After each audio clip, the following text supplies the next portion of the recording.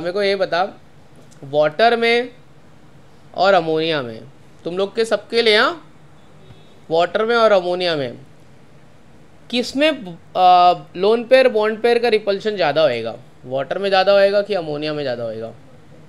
Question आपको समझा? आपके सामने वाटर है और आपके सामने अमोनिया है, मैं बोल रहा हूँ कि lone pair bond pair repulsion ज़्यादा होएगा, किस में ज़्यादा होएगा? किस में ज़्यादा होएगा? वाटर में ज़्यादा होएगा। क्यों वाटर में bond pair lone pair repulsion ज़्यादा होएगा? क्यों होगा? बिकॉज क्या है उसमें? लोन पेयर है। क्या है? नहीं समझ पा रही है क्या बच्ची? HOH और NH3 किस में ज़्यादा लोन पेयर है? H2O में कितना लोन पेयर है? एक लोन पेयर है कि दो लोन पेयर है? दो लोन पेयर है। अमोनिया में कितना है? एक थियरी है, शायद से उसका लास्ट लेक्चर में मैंने नाम लिया रहेगा, valence shell electron pair repulsion theory, ऐसा बताया था मैंने, valence shell electron pair repulsion theory. ठीक है, तो ये वाली थियरी VSEPR थियरी, ये क्या बोलती है कि जितना ज़्यादा लोन पेयर होएगा उतना ज़्यादा क्या होएगा? रिपल्शन। तो इसमें रिपल्शन ज़्यादा होएगा क्योंकि दो लोन पेयर है। रिपल्शन होने से बॉन्ड एंगल बड़ा होएगा कि बॉन्ड एंगल छोटा होएगा? छोटा होएगा। वाटर में बॉन्ड एंगल कितना है? 104। अमोनिया में कितना है? आपको ऐसे देंगे, दोनों में हाइब्रिडाइजेशन sp3 है, दोनों में सेंट्रल एटम की हाइब्रिडाइजेशन कितनी है?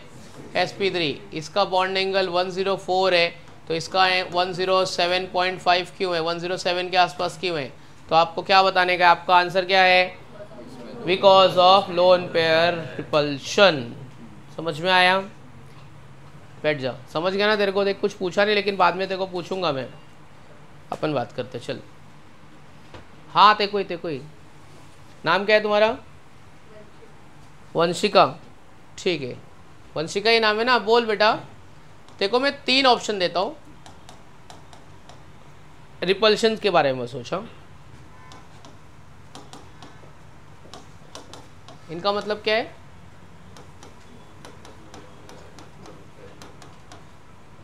ये कौन सा रिपल्शन है? Lone pair bond pair. ये कौन सा रिपल्शन है? ये कौन सा है? कौन सा रिपल्शन ज़्यादा होता है? अच्छा, अगर अपन इसको ऑप्शन दे दूं मैं ABC, तो कौन सा रिपल्शन ज़्यादा होता है? B वाला सबसे ज़्यादा होता है। ठीक है, वेरी गुड। फिर क्या होएगा? A, और फिर क्या होएगा? C। ये सब जो डिस्कस करें वो सब किसके अंदर आ रहा है? Valence shell electron pair repulsion theory. जितना ज़्यादा लोन पेयर उतना ज़्यादा रिपल्शन, उतना ज़्यादा बॉन्ड एंगल क्या होगा? दोनों में से एक की ज्योमेट्री का नाम है वी शेप ज्योमेट्री और एक है डिस्टॉर्टेड टेट्राहेड्रल। कौन वी शेप है, कौन डिस्टॉर्टेड टेट्राहेड्रल है? हाँ, H2O वी शेप ज्योमेट्री को दूसरा नाम क्या है? Bent geometry. क्या है इसको? Bent geometry. देख, दो एंगल ऐसा है ना, बेंट है ना, टेट्राहेड्रल होना चाहिए था ऐसा, अच्छा टेट्राहेड्रल होना, लेकिन ये एंगल ऐसा हो गया है because of what? Lone pair bond pair repulsion. अच्छा, तुम्हें को एक चीज़ एक्सप्लेन कर, sp3 में तो बॉन्ड एंगल 109.5 होना चाहिए, 104 कहाँ से आ गया?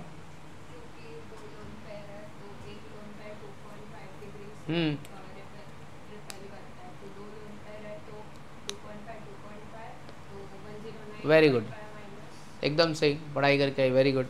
देख, वो पढ़ के आई है, तू पढ़ के आया है, लास्ट लेक्चर में तो तू प्रेजेंट था, वही पूछूंगा मैं तेरे को। सोडियम क्लोराइड को पानी में डाला, बरोबर है, तो सोडियम क्लोराइड में क्या होएगा? एक्वस सोल्यूशन क्या होएगा? इलेक्ट्रिसिटी कंडक्ट करेगा कि नहीं करेगा? अच्छा, प्योर वाटर इलेक्ट्रिसिटी कंडक्ट करता है कि नहीं करता है? बताओ। प्योर वाटर इलेक्ट्रिसिटी नहीं कंडक्ट करता है। अगर वाटर एकदम प्योर है वो इलेक्ट्रिसिटी कंडक्ट नहीं करता है। प्योर वाटर इलेक्ट्रिसिटी कंडक्ट नहीं करता है, लेकिन जैसे जैसे उसमें इम्प्योरिटीज बढ़ती है वो इलेक्ट्रिसिटी कंडक्ट करता है। क्या रीज़न हो सकता है इसका? जैसे ही वाटर में इम्प्योरिटीज बढ़ेगी वैसे वाटर क्या होगा? Ionised. Pure water electricity conduct क्यों नहीं करता? उसका reason it is almost unionised. उसी को हम लोग बोलते हैं डिस्टिल्ड वाटर। क्या बोलते हैं? Distilled water. नाम सुना है कि नहीं? केमिस्ट्री लैब में जाएगा तो बोलेगा डिस्टिल्ड वाटर, तो तेरे दिमाग में घंटी बंदनी चाहिए कि ये अनआयोनाइज्ड वाटर है। क्या है वो? उसमें बिल्कुल भी इम्प्योरिटीज नहीं है। अगर उसमें बिल्कुल भी इम्प्योरिटीज नहीं है तो वो इलेक्ट्रिसिटी कंडक्ट नहीं करेगा। सोडियम क्लोराइड डाल दिया तो सोडियम क्लोराइड का क्या हो जाएगा? सोडियम क्लोराइड में कौन से आयंस प्रोड्यूस होंगे? ये आयंस क्यों प्रोड्यूस होता है, वो एक एनर्जी मैंने लिखाया था, this due to this energy it will produce Na plus and Cl minus ion. कौन सी एनर्जी का नाम लिया था, याद है आप लोग को? बोला था ना NaCl is added to water, it gives Na plus and Cl minus ion due to dash energy. दोस्त एनर्जी का नाम बताना इसको, हाइड्रेशन एनर्जी। कौन सी एनर्जी? हाइड्रेशन एनर्जी की वजह से क्या प्रोड्यूस करेगा वो, आयंस प्रोड्यूस करेगा, समझो? अच्छा, एक Na प्लस और Cl माइनस आयन थे, बोथ आर सराउंडेड बाय कितना वाटर मॉलिक्यूल, दोनों के बाजू में कितना वाटर मॉलिक्यूल है, 6। तू देख सबका सुन के बोल रहा है, तू फिर पढ़ के नहीं आया आज, क्यों नहीं पढ़ाई करके आया? पढ़ के तो आना पड़ेगा ना यार, ऐसा कैसे चलेगा? क्या काम कर रहा था तू जो घर पे पढ़ के नहीं आया? MCQs कर रहा था। कौन सा MCQs? तो उसके लिए पढ़ना भी तो पड़ेगा ना, बिना पढ़े कैसे MCQ सॉल्व कर सकता है? स्टार्टिंग का MCQs, ठीक है। आयनिक बॉन्ड का दूसरा नाम बता। Ionic bonds are also known as electrovalent bond. Covalent bond और कोऑर्डिनेट कोवैलेंट बॉन्ड में कौन सा बॉन्ड डायरेक्शनल है? Coordinate covalent bond. अच्छा, कोऑर्डिनेट कोवैलेंट बॉन्ड किस में प्रेजेंट है? अमोनिया में प्रेजेंट है कि अमोनियम आयन में प्रेजेंट है? अमोनियम आयन में प्रेजेंट है। कोऑर्डिनेट कोवैलेंट बॉन्ड में म्यूचुअल शेयरिंग है कि अनम्यूचुअल शेयरिंग है? अनम्यूचुअल शेयरिंग है। अच्छा मेरे को बता, ठीक है तू मत बता, दूसरा किसी को पूछता हूँ। किसको पूछते हैं? इसको पूछते हैं। तेरे को नींद आ रही है तो तेरे को 3 क्वेश्चन पूछता हूँ। चल ठीक है, खड़े हो जाओ। तेरे पास इथेन है, इथीन है, इथाइन है, क्या है? सबसे पहले सबका हाइब्रिडाइजेशन बता दे। इथेन में कार्बन के हाइब्रिडाइजेशन, इथीन में क्या है, इथाइन में क्या है? किसका बॉन्ड एनर्जी सबसे कम है? Bond energy is minimum. ये उल्टा बोल दी, फंस गई ये बच्ची, फंस गई सवाल में। तो किस में होएगा? sp3 में बॉन्ड एनर्जी सबसे कम किस में है? sp3 में। अल्केन फटाक से टूट जाएगा, अल्काइन टूटेगा क्या? नहीं टूटेगा। क्या है यार, तू गड़बड़ कर दी। अच्छा मैं तेरे को एक मॉलिक्यूल देता हूँ, उसकी ज्योमेट्री का नाम बता दे। और वो मॉलिक्यूल है अपना, फटाक से लिखा नहीं कि तुम्हारे टिप ऑफ टंग पे होना चाहिए कि सर ये वाला है। हाँ, T shape geometry, very nice. एक और देता हूँ, वो बताया नहीं था पर मैं बताया था। SF4, क्या है ये? SF4। इसको ना, इसकी ज्योमेट्री को बोलते हैं, क्या बोलते हैं पता है? जैसे इसका नाम है ना टी शेप, वैसे इसका नाम क्या है? सीसो। सीसो मालूम है ना, बचपन में तूने सीसो खेला है कि नहीं खेला है? गार्डन में जाके एक फ्लोरिन इधर बैठा है, एक फ्लोरिन इधर बैठा है, एक फ्लोरिन इधर बैठा है, एक इधर बैठा है, तो सीसो हो रहा है, ऊपर जा रहा है, नीचे आ रहा है, ऊपर जा रहा है, नीचे जा रहा है। सीसो ज्योमेट्री क्या बोलते हैं इसको? SF4 सीसो ज्योमेट्री। ये 2 क्वेश्चन है एग्जाम में ना, ऐसा तुमको बेवकूफ़ बनाने के लिए ऐसे बीच में डाल देंगे। तू बोले अरे मैं तो सुनी ही नहीं, तो ये याद करके जाने का। एक कौन सा ClF3, कौन सा ज्योमेट्री बोला इसका? T shape. ये ज्योमेट्री को क्या लेंगे? सीसो ज्योमेट्री। एक बात बता, थोड़ा सोच के बता, बैठ जा, तेरे दोस्त को पूछता हूँ। इसका तो हो गया ना पूछ के, इसको तो पूछ लिए, तेरा भी हो गया, तेरे को पूछते। चल पढ़ाई करके आई है। तेरा नाम क्या है? हाँ, अश्वी। अश्मी क्या होता है उसका मतलब? रश्मि होता है। अश्मी तो मैं पहली बार सुना हूँ। सही में तेरा नाम यही है कि रश्मि का R निकल गया तो अश्मी बचा है खाली? वो मतलब ऐसा तो कुछ नहीं हुआ है ना, R है ही नहीं तेरे नाम में। मेरे को बता लोन पेयर है कि नहीं इसमें? सल्फर के पास में लोन पेयर है कि नहीं है? है, एक लोन पेयर है, ठीक है। चल बैठ जाओ। और कौन बताएगा? तू कुछ बताएगा तो कुछ बता। नॉन पोलर मॉलिक्यूल में कौन से टाइप का फोर्स होता है? ये 2 नॉन पोलर मॉलिक्यूल हैं, कभी इंटरेक्ट होंगे कि नहीं इंटरेक्ट होंगे? हाँ, ये बोल रहा है नहीं इंटरेक्ट होंगे यार। पढ़ाया था, फोर्स पढ़ाया था, बताओ। वीकली फोर्स ऑफ अट्रैक्शन, उसको बोलते हैं लंडन डिस्पर्जन फोर्स, है ना। 2 नोट आपस में चिपक जा रही है, 2 पेज चिपक जा रहे हैं, तो वो सब किसकी वजह से हो रहा है? Because of what? London dispersion force. समझ में आ रहा है तेरे को कि नहीं समझ में आ रहा है? तू लेक्चर सुनेगा भी तो जबरदस्ती। तुम 2 लोग हो, देख वो पढ़ने की एक्टिंग करता है, तू साले एक्टिंग भी नहीं करता है पढ़ने की यार। वो एक्टिंग करता है अच्छी कि ताकि सर को लगे मैं पढ़ रहा हूँ, वो पढ़ नहीं रहा है मेरे को मालूम है, बट एक्टिंग तो कर रहा है। तू एक्टिंग भी नहीं करता है यार। तू मतलब अच्छा इंसान है, अच्छा दोस्त है यार, तू अच्छा स्टूडेंट नहीं है यार। तू तो अच्छा स्टूडेंट बनने की एक्टिंग कर लेना। जैसे कि वो होमवर्क कुछ करके नहीं है, उसका बुक भी कंप्लीट नहीं है, बट एक्टिंग कितनी अच्छी कर रहा है वो। हाँ, क्या बोल रहा है तू? क्या बोला था तू? अट्रैक्ट नहीं करेगा। ठीक है, चल लास्ट क्वेश्चन, बैठ जाओ। किसको पूछूं लास्ट क्वेश्चन? सर मेरे को पूछ लो और अपन लेक्चर स्टार्ट कर दे। कौन बताएगा लास्ट क्वेश्चन? तुम में से कोई बताएगा? देखो पूछो, इसको पूछो, किसको पूछने का लास्ट क्वेश्चन? चल देखो पूछता हूँ। BF3 है ना, BF3 वो ऑक्टेट रूल को फॉलो करेगा कि नहीं करेगा? BF3, हाँ BF3 ऑक्टेट रूल फॉलो करता है कि नहीं करता है? 6 है, 8 होना चाहिए। BeCl2 करता है? हाँ करता है कि नहीं करता है? नहीं करता है। अबे बोलना नहीं, कहाँ करता है? 8 ने, BeCl2 में तो 4 है, कहाँ से करेगा? तो ऑक्टेट रूल को फॉलो नहीं कर रहे हैं। इसके आउटर मोस्ट शेल में 8 इलेक्ट्रॉन नहीं है, 4 है।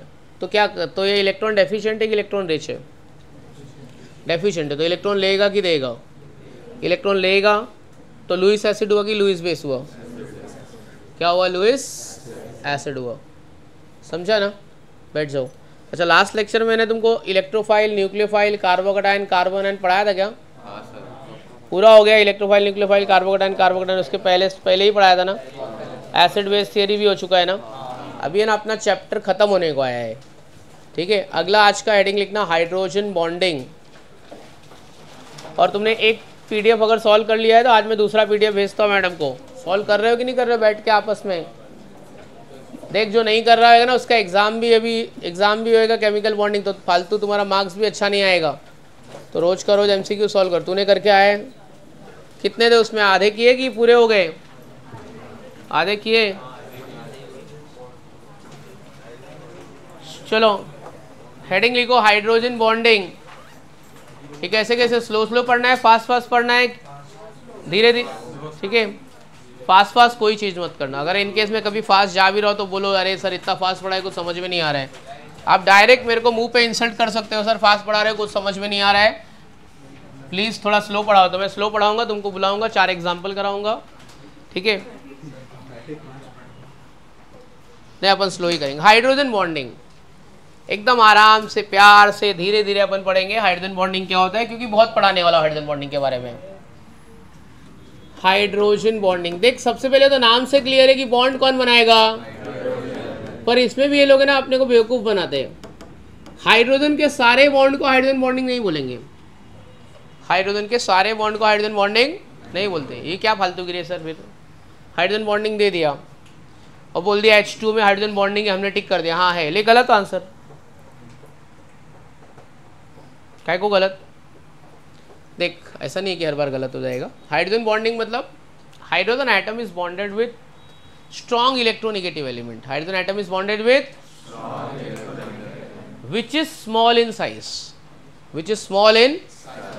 पहले तीन एलिमेंट बताओ जिसका साइज छोटा होता है। सबसे strongest electronegative element of the periodic table fluorine, जो कभी भी पॉजिटिव ऑक्सीडेशन स्टेट बताता है कि नहीं बताता है? नहीं, फ्लोरीन बहुत बदतमीज़ है। क्यों इसको सर, इसको बदतमीज़ क्यों बोल रहे हो? क्योंकि ये हमेशा इलेक्ट्रॉन लेना जानता है, कभी भी इलेक्ट्रॉन देता है क्या?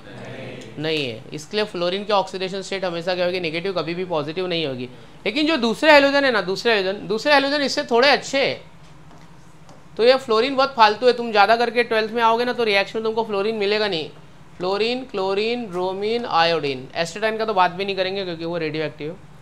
मतलब मेरे लिए 3 हैलोजन मेरे अच्छे ईमानदार हैलोजन कौन है? क्योंकि ये तो मेरे को मालूम है halogen are electronegative, it has a tendency to accept electron. सब लोग की वैलेंसी -1 है, -1 चार्ज। पर क्लोरीन कभी कभी इलेक्ट्रॉन दे भी देता है, +3 भी बताता है, +5 भी बताता है। ये सारे एलिमेंट +3, +5 और एक और ऑक्सीडेशन स्टेट बताते हैं, कौन सा? +7। +3 ऑक्सीडेशन स्टेट का मतलब है 3 इलेक्ट्रॉन दे रहा है। हालांकि वो इलेक्ट्रोनेगेटिव, उसको इलेक्ट्रॉन चाहिए, पर तब भी वो 3 दे रहा है, कभी 5 दे रहा है, कभी 7 दे रहा है। ये नहीं देता है, ये बहुत मीन एलिमेंट है, नहीं देगा। बोलता है तब भी नहीं दूंगा, नहीं दूंगा मैं, बोलता है नहीं देगा, है अपने पास लोन पेयर, काय को दूँ? नहीं देने का है, खाली लेता है इलेक्ट्रॉन। इसलिए तुमको शिवम सर ने बोला रहेगा ऑक्सीडेशन नंबर फ्लोरीन हमेशा क्या होगा? -1। या फिर वो एलिमेंट्री स्टेट F2 रहेगा तब 0 रहेगा। F2 रहेगा तो क्या रहेगा? 0 रहेगा। सबसे ज़्यादा इलेक्ट्रोनेगेटिव है। तो ऐसे 3 स्ट्रॉन्ग इलेक्ट्रोनेगेटिव एलिमेंट है जिसके साथ हाइड्रोजन बॉन्ड बनाएगा, तब अपन उसको बोलेंगे हाइड्रोजन बॉन्डिंग। तो पहला मेरे को पता है फ्लोरीन है। दूसरा second most electronegative element of the periodic table fluorine के बाद में कौन आता है? ऑक्सीजन। ऑक्सीजन के बाद में कौन आता है?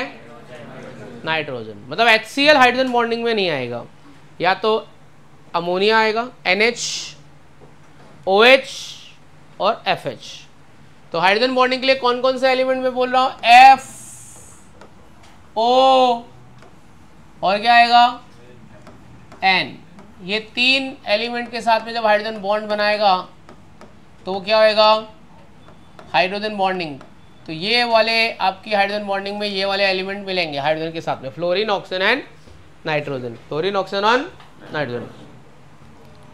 तो मेरे को डेफिनेशन पता चल गया, hydrogen atom is bonded with strong electronegative element which is small in size, इसलिए उसको क्या बोलते हैं अपन? Hydrogen bonding. बाकी सबके साथ में रहेगा तो उसको हाइड्रोजन बॉन्डिंग बोलेंगे क्या? नहीं। आप कोवेलेंट बॉन्ड बोल लो, ठीक है, आप आयोनिक बॉन्ड बोल लो। कोवेलेंट बॉन्ड में 2 नेचर, एक पोलर और एक नॉन पोलर। HCl ये नहीं बोलने का कि आयनिक बॉन्ड है, कोवेलेंट बॉन्ड है। कौन सा बॉन्ड है? हाइड्रोजन बॉन्डिंग नहीं है। हाइड्रोजन बॉन्डिंग है क्या? ये 3 एलिमेंट आ रहे हैं क्या? कोवेलेंट में 2, पोलर और पोलर होएगा, क्योंकि 2 अलग अलग एलिमेंट है ना। अभी ये बोलूँ तो ये कोवेलेंट है लेकिन ये नॉन पोलर है, ये क्या है? कोवेलेंट है लेकिन ये क्या है? नॉन पोलर है। CH4 covalent almost non polar, almost alkane almost non polar. ये क्या है? तुम्हारा कोवेलेंट है लेकिन कौन सा कोवेलेंट है? पोलर, क्योंकि इलेक्ट्रॉन डेंसिटी शिफ्ट होगा, एक इलेक्ट्रॉन ले रहा है, एक इलेक्ट्रॉन क्या है? दे रहा है। तो हाइड्रोजन बॉन्डिंग उसी तरीके से क्या होता है? Hydrogen atom is bonded with the strong electronegative element which is small in size, hydrogen bonding. तो अपना नॉर्मल रियल लाइफ वाला एग्जांपल एक अपन ले लेते हैं। हम लोग इस अमोनिया को जानते हैं लेकिन बहुत ज़्यादा यूज़ नहीं किए, HF को जानते हैं बहुत ज़्यादा यूज़ नहीं किए। किसको पकड़ने का? जिसको जानते हैं बहुत ज़्यादा यूज़ करते हैं, रात दिन इससे हमारा काम भी चलता है। तो मुझे पता होना चाहिए इसमें क्या है? हाइड्रोजन बॉन्डिंग है। क्या है?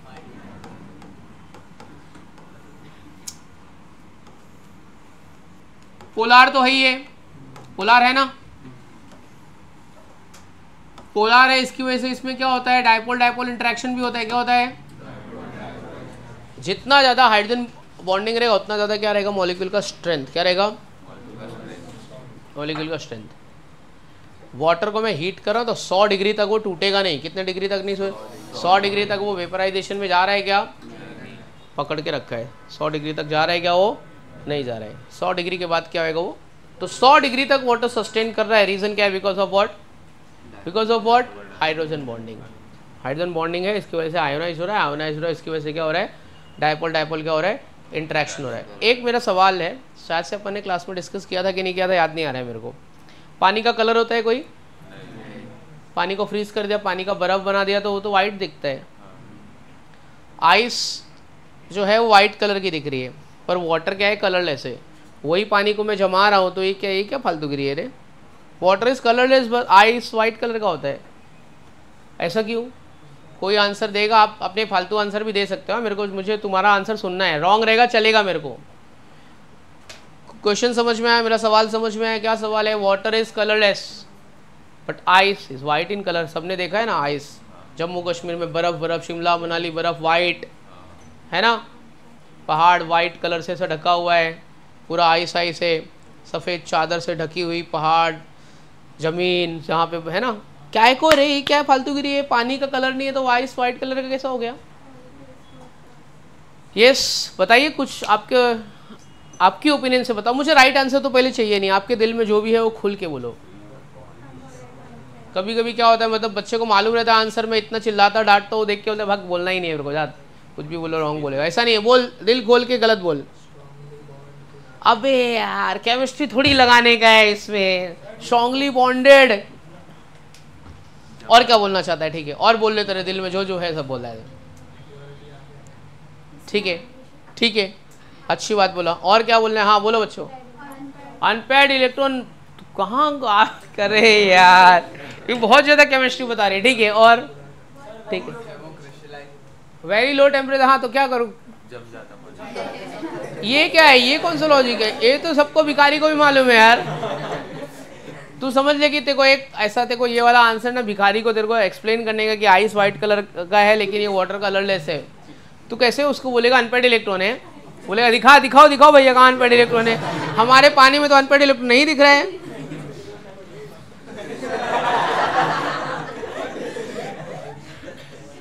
पानी ही दिखाना है। हाँ ठीक है। हाँ जी, और क्या? इसने बोला कुछ, तू क्या बोला है? क्रिस्टलाइज हो जाता है तो क्या हुआ? तो क्या हुआ? क्रिस्टलाइज हो जाता है तो कलर बदल देगा। ठीक है, तूने आंसर दिया उसके लिए बहुत बहुत शुक्रिया, पर आपका आंसर गलत है, फालतू भी है। ठीक है, ऐसा नहीं तेरा अकेले का आंसर गलत है, इसका भी गलत है, थोड़ा इसका भी गलत है। चलो और बोलो, कुछ भी बोलो ना, फेंकने को बोला है ना, मैं थोड़ी बोलो राइट आंसर दे। क्रिस्टलाइज आउट होता था, हाँ मॉलिक्यूल बहुत पास में हो तो सीधी बात है यार। अरे बाप रे, मॉलिक्यूल पास हो गया, डेंसिटी सब लगा रही है रे। ठीक है, फेंक और फेंक, मजा आ रहा है। कुछ तो बोल रही है यार, सुनने को तो मिल रहा है। और बोलो, और बच्चे लो। ठीक है चलेगा, अच्छा आंसर दिया। 2 चीजें बोलो, क्या बोलती है? कुछ तो बोल, जो दिल में आ रहा है बोल। क्या दिल में आ रहा है? तेरे दिल में और कुछ आ रहा है दोस्त? कुछ तो बोल। माय डियर फ्रेंड से पूछता हूँ, दोस्त बोल, क्यों? आपको क्या लग रहा है जो तेरे दिल में आ रहा है बोल। कुछ भी बोलना, कुछ भी बोलना। ठंडा हो जाता है तो क्या बोलना यार? और कुछ नहीं बोलेगी ये? और कुछ बोलो। हाँ बोलना, उसको बोल रही है, हमको बोल, उसको बोल के हंस, क्या पता कुछ बढ़िया बोले, हम लोग भी हंस लेते ना, जोक कर लेते। बोलना बेटा, बोलना। क्या? अच्छा क्या बोली वो, तू बता देना। ऐसा मत बोले, ऐसा बता ना, अपन सब देखते ना क्या है, क्या पता राइट हो जाए। ऐसे मजाक मजाक में बोली हुई बात राइट हो जाती है। तेरे को कुछ बोलना है? स्टेट चेंज होने से कलर चेंज होने का कोई इतना खास रिलेशन नहीं है दोस्त। और अंदर क्रिस्टल फॉर्म होते हैं, फेंक ले भाई। और क्या बोल रहे हैं? कुछ तो बोलना, कुछ तो बोल। और कुछ तो बोलना बेटा, जो चाहिए। हाँ बोलना, इंटरेक्शन बोलना भाई, बोलना तेरे दिल में जो भी उससे क्यों बोल रहा है, मेरे से भी बोलना। मैं कुछ नहीं बोलूँगा, बोल। खाली यही बोलूँगा फालतू आंसर है, बेकार है, और कुछ थोड़ी बोल सकता हूँ। अच्छा वो भी बोलूँगा कुछ पीछे। हाँ दोस्त क्या बोल रहे हैं?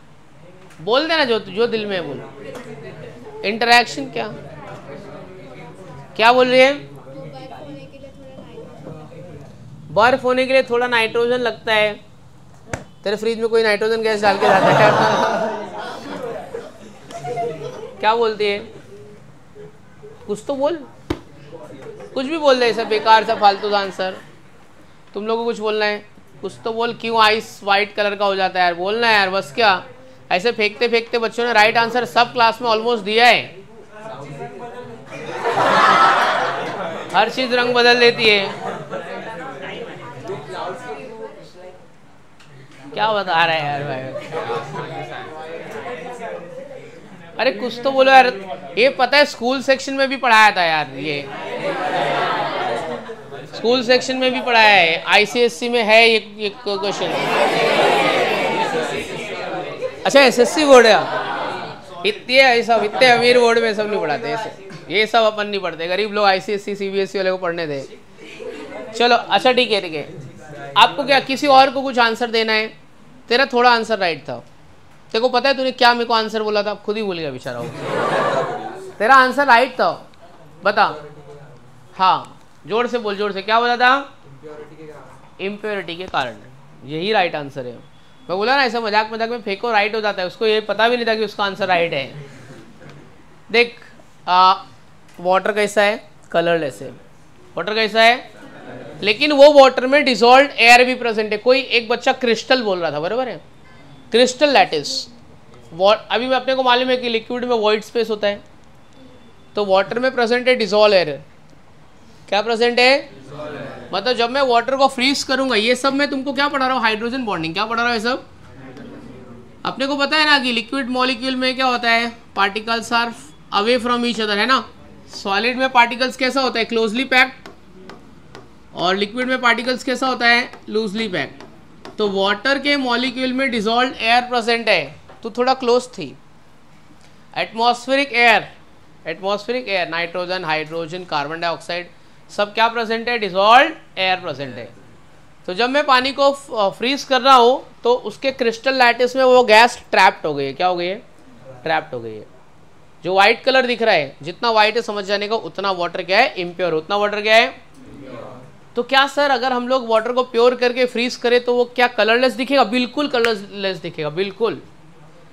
और एक बात तुमको बताता हूं, तुम लोग मानोगे ही नहीं, अगर आप पानी को वार्म करके रखोगे ना फ्रीज में तो जल्दी फ्रीज हो जाएगा। पानी को मैंने गर्म किया मतलब पानी को गर्म किया तो पानी से गैस क्या होएगा? बाहर निकल जाएगा। गैस क्या होएगा? Because solubility of gas is decreases with increase in temperature. पानी को गर्म कर रहा हूँ, वेपराइज हो रहा है, तो उसके साथ दूसरा गैस भी तो निकल गया ना वेपर के साथ में। वार्म वाटर को मैं फ्रीज में रख दूंगा तो नॉर्मल कंडीशन से जल्दी फ्रीज हो जाएगा। जब आप होटल्स में जाओगे, होटल में जाएगा जब तू रंगीन शरबत पीने, मालूम है ना, समझ गया ना, तो वेटर आपको लेके आ, सर आइस, वो वेटर का आइस देख भाई कभी वाइट नहीं रहेगा, क्योंकि उसका पानी प्योर है, उसने पानी को वार्म करके फ्रीज में रखा है। तेरी केयर नहीं कर रहा है वो, ये नहीं सोच रहा है कि तू अगले बार फिर आएगा और 4 बोतल पिएगा, वो नहीं कर रहा है। उसका आइस जल्दी फ्रीज हो रहा है भाई। वार्म वाटर रखेगा तो आइस क्या है, फटाफट। इतने सारे कस्टमर आ रहे थे, को थोड़ी अकेले डील करना है। वो सर बोल रहा है, मतलब तेरी रिस्पेक्ट थोड़ी कर रहा है, बोला ये ले खा पी और जल्दी निकल, दूसरा वाला वेट कर रहा है, तो जल्दी फ्रीज होएगा। क्यों पता है? क्योंकि हॉट वाटर है ना, और तुमने कहाँ रख दिया है? इधर रख दिया है, फ्रीजर में। तो टेम्परेचर का डिफरेंस हो गया ना, फटाफट हिट क्या होगा? एक्सचेंज फास्ट होएगा। इक्विलिब्रियम फटक से क्या करेगा? अटेंड कर लेगा। इक्विलिब्रियम क्या करेगा? फटक से क्या आएगा? और आइस क्या होएगा? वाटर जल्दी से क्या होएगा? आइस में क्या होएगा? कन्वर्ट हो जाएगा। तो अगर आपको क्रिस्टल क्लियर आइस चाहिए, वाइट आइस नहीं चाहिए, तो क्या करने का? वाटर को गर्म करके क्या करो? फ्रीज करो, क्योंकि उसकी डिजॉल्व लेयर क्या करेंगे? बाहर निकाल देंगे। रीजन क्या है? वो डिजॉल्व लेयर के साथ में बॉन्ड कौन बना रहा है? अपना हाइड्रोजन। कौन बना रहा है? Hydrogen bonding. तो हाइड्रोजन बॉन्डिंग का एक तुमने जीता जाता एग्जांपल देख लिया, आइस का कलर व्हाइट क्यों हो गया? पता चल गया। रीजन क्या है? Because of what? Hydrogen bonding. Impurities, ठीक है, N2 हो गया। अभी नाइट्रोजन गैस कितना परसेंट प्रेजेंट है एयर में? कितना परसेंट प्रेजेंट है? कितना पॉइंट के में क्या बोल रहे हैं रे? 74%। कितना? अपने अर्थ के एटमॉस्फेयर में नाइट्रोजन कितना है? 74% है ना। नाइट्रोजन फिक्सिंग बैक्टीरिया का नाम बताओ। नाइट्रोजन फिक्सिंग बैक्टीरिया, सर ये क्या आप बोल रहे हो? तो हमारा मैथ 16 क्लास है। बता नाइट्रोजन फिक्सिंग बैक्टीरिया। राइबोजियम और एसिटोबैक्टर, क्लेमाइडोमोनास, ठीक है, जाने दो ना, छोड़ना, अपन हाइड्रोजन बॉन्डिंग पे आते हैं। अच्छा, तो हाइड्रोजन बॉन्डिंग समझ गया। 3 एलिमेंट बनाएंगे, नाइट्रोजन, हाइड्रोजन और ऑक्सीजन। तो ये एक एग्जांपल दे दिया मैंने तुमको हाइड्रोजन बॉन्डिंग वाला, आइस वाला। तो आइस में हाइड्रोजन बॉन्डिंग क्या होती है? ज़्यादा होती है, तो इसका कलर कैसा हो जाता है? वाइट हो जाता है, क्योंकि दूसरे डिजॉल्व्ड एयर के साथ में कौन बॉन्ड बना लेता है? अपना हाइड्रोजन। अब होती है टाइप्स ऑफ हाइड्रोजन बॉन्डिंग। कितने टाइप की हाइड्रोजन बॉन्डिंग होती है? 2 टाइप की। कितने टाइप की होती है? 2 टाइप। एक होता है इंट्रामोलिकुलर और एक होता है इंटरमोलिकुलर। आपको इंट्रा और इंटर में फर्क पता है कि नहीं पता है? कोई बताना चाहेगा? Types of hydrogen bonding, types of hydrogen bonding, एक होता है इंट्रा और एक होता है inter. Types of hydrogen bonding, intra और इंटर। इंट्रा मतलब within the molecule, intra मतलब, इंटर मतलब with respect to other. Hydrogen bonding takes place within the molecule, उसको क्या बोलेंगे? Intra. Hydrogen bonding takes place with respect to other molecule, एक दूसरे के साथ इंटरेक्ट होगा तो क्या होएगा? इंटर। अभी जैसे कि तू इसके घर पे चोरी कर ले तो वो इंट्रा हो गया, सॉरी इंटर हो गया। क्या हो गया? अपने घर पे चोरी करेगा तो क्या होएगा? इंट्रा। आओ चलो एग्जाम्पल देखते हैं। ये क्या है? इथेनॉल। क्या है? अब ये 443 डिग्री पे बताएगा इंट्रामोलिकुलर हाइड्रोजन बॉन्डिंग। क्या बताएगा? Intramolecular H bonding. एक काम करते हैं सर, ऐसे हम लोग नहीं मानेंगे, आप कुछ भी लिखो कुछ भी बोलेंगे तो नहीं मानेंगे। देख रहे भाई, ऐसे लिख दूं मैं इथेनॉल को, क्या ये सही है? बरोबर है, इथेनॉल के स्ट्रक्चर को इथेनॉल है ना। अब मैं इसको 443 केल्विन पे हीट किया तो इसका H इसके OH से क्या हो गया? इंटरेक्ट हो गया। H और OH क्या निकल रहे हैं? क्या है? अरे क्या है? ये दोनों को मिला दूंगा तो क्या बनेगा? तो ये वाटर निकल गया, प्रोडक्ट क्या बनेगा? क्या बन गया product? CH2 double bond CH2 को क्या बोलते हैं? इथेन, इथीन, इथाइन क्या बोलते हैं? इथीन। तो अगर मेरे पास एक कंटेनर में इथेनॉल है, कितना है इथेनॉल? इथेनॉल तो मालूम है ना कहाँ होता है, कहाँ होता है? Ethanol is known as spirit of wine. Ethanol क्या होता है? Spirit of wine. There is no wine without ethanol. ठीक है, तो इथेनॉल अपना स्पिरिट ऑफ वाइन, दारू में इथेनॉल होता है, बराबर? क्या होता है? इथेनॉल। पेट्रोल में इथेनॉल होता है ऐसा बोलना गलत है, पूरी तरीके से गलत है। मैं बताता हूँ कब डालते हो, वो भी तेरे को बताऊंगा। एक होता है नॉर्मल पेट्रोल और एक होता है स्पीड पेट्रोल। क्या होता है? एक होता है नॉर्मल पेट्रोल और एक होता है स्पीड पेट्रोल। तो उसमें वो स्पीड पेट्रोल में, और उसका नाम भी तेरे को बताता हूँ, थोड़ा नहीं बोलने का, बरोबर से बोलने का पूरा। क्या बोलते हैं उसको? नेटालाइट। क्या बोलते हैं उसको? वाइट पेट्रोल बोलते हो। क्या बोलते हैं उसको? White petrol. उसको चलाने के लिए हम उसको वाइट पेट्रोल से, जो एयरक्राफ्ट है ना, देखो क्या लगता है एयरक्राफ्ट वो सीएनजी भर के उड़ा रहा है ऐसा, ठीक है, समोसा भर के ऐसे उड़ा दिया ऐसा। White petrol natalite, it is a mixture of ethanol and diethyl ether. ये इथेनॉल है और ये diethyl ether, CH3 CH2O C2H5, diethyl ether और इथेनॉल, उसको बोलते हैं natalite, used as a fuel. Petrol की एफिशिएंसी को बढ़ाने के लिए हम लोग क्या डालते हैं उसमें? इथेनॉल। लेकिन पेट्रोल में इथेनॉल होता है ऐसा नहीं बोलने का। Petroleum is a gasoline product. Petroleum आपका क्या है? गैसोलीन। किधर भी नाम सुनोगे ना गैसोलीन, मतलब समझ जाने का कि ये पेट्रोलियम प्रोडक्ट है। क्या है? पेट्रोलियम प्रोडक्ट मतलब CNG, LPG, ठीक है, डीजल, कैरोसिन, ये सब क्या है? गैसोलीन है। क्या है सब? इनमें इथेनॉल होता, इनकी एफिशिएंसी को बढ़ाने के लिए हम लोग क्या यूज़ करते हैं? Ethanol. Ethanol is a spirit of wine. आप, ठीक है, आप सबने कभी ना कभी तो इथेनॉल पिया ही है।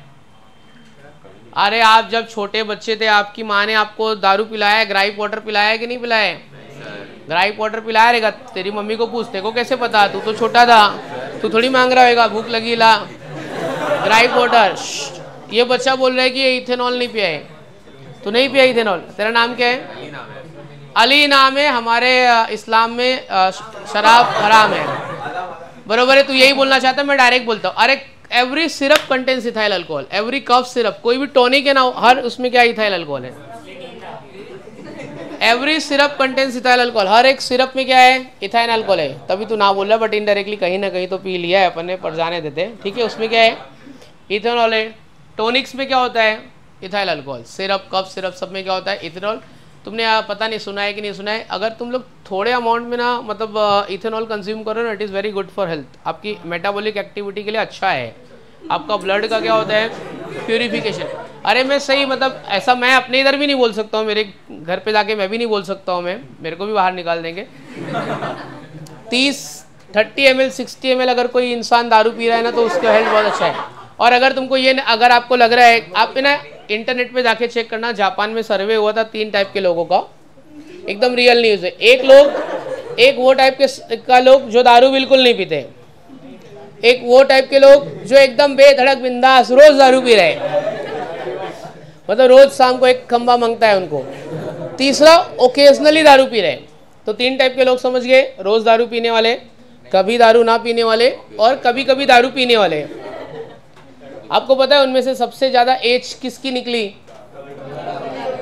जो रोज दारू पीता है उसकी एज सबसे कम, वो बेवड़ा कुत्ते की मौत मरेगा जबरदस्ती, ठीक है। और उसकी भी नहीं है, जो नहीं पिएगा उसकी भी नहीं है, जो ओकेजनली दारू पी रहा था उसकी एज क्या है? मस्त अच्छी खासी, मतलब उसकी एज है। मेटाबॉलिक एक्टिविटी को बढ़ा देता है। आप जापान में अभी लेटेस्ट, अभी जापान ने एक रिकॉर्ड बना लिया है, 1 लाख लोग एज 100 से ज़्यादा है, मतलब वो रिकॉर्ड ऑन रिकॉर्ड में 1 लाख पीपल जिनका एज क्या 100 से ऊपर है। और वो लोग है ना अभी भी ऑफिस जा रहे हैं, काम कर रहे हैं, डेली रूटीन फॉलो कर रहे हैं। हमारे यहाँ पे 60 साल में आदमी खटिए पे बैठ जाएगा, पानी ला रहे, दारू ला रहे, चाय ला, नाश्ता ला, अभी भी काम पे जा रहे हैं वो लोग 100 साल की एज में, मस्त एकदम हेल्दी लोग हैं। क्यों? क्योंकि वो लोग ओकेजनली दारू पीते हैं। तो अगर तू रोज थोड़ा सा ले रहा है ना 60 ml, it is really very good for health. पुराने ज़माने में ऐसे बोलते थे, तबीयत आपकी ठीक है, आपने दवा दारू कराया क्या, दवा दारू कराया क्या, ऐसा बोलते थे, because it is good for health, ठीक है। अब ज़्यादा पीने से क्या होता है वो भी बता देता हूँ, है ना। नहीं, केमिस्ट्री का स्टूडेंट है तो पूरा मैकेनिज्म पता होना चाहिए कि दारू पीने से ये होता है, ठीक है। तो अपन देख भाई, नर्वस सिस्टम अफेक्ट, पूरा मैकेनिज्म समझ लेते हैं। कल अभी तो ये मत बोला सर मैं बायो वाला नहीं हूँ, फिर मैं वो दूसरा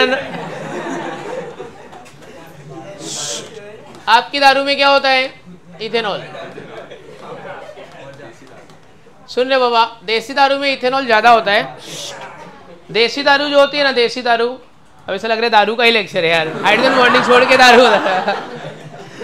वो फिल्टर नहीं होती है, वो वाला अल्कोहल होता है फिल्टर नहीं, मतलब उसमें 80 से 90%, मतलब जो आपको रियल अल्कोहल मिल रहा है ना, अल्कोहल ज़्यादा अमाउंट में मिल रहा है, वो मतलब देसी दारू में अल्कोहल ज़्यादा मिल रहा है। जो आप ब्रांडेड पियोगे उतना अल्कोहल क्या रहेगा? कम, क्योंकि वो लोग फिल्टर करके वो निकाल देते हैं। हालांकि वो इम्प्योर मिल रहा है आपको। वो जो आंटी बेच रही है वहाँ पे, ये नीचे इलीगली तरीके से, मौसी बोलता है ना, मौसी की तरफ से दारू लाया हमें, है ना। तो टॉपिक पे आते हैं, इथेनॉल। थोड़ा सा इथेनॉल का बात कर ले, क्योंकि ये आपके सिलेबस का भी पार्ट है। बाद में कभी ना कभी कोई ना कोई टीचर तो बताएगा ही, किसी न किसी को बताना है, तो मैं ही थोड़ा बता देता हूँ। आपका जो ब्लड होता है ना, ब्लड, सुन रहे भाई, आपका ब्लड का एक पीएच होता है, वो पीएच होता है आपके ब्लड का 7.4। ब्लड तो सबके अंदर प्रेजेंट है ना, तो आपके ब्लड का पीएच कितना है? 7.4। आपके अंदर जो खून है उसका पीएच 7.4 है, स्लाइटली बेसिक है।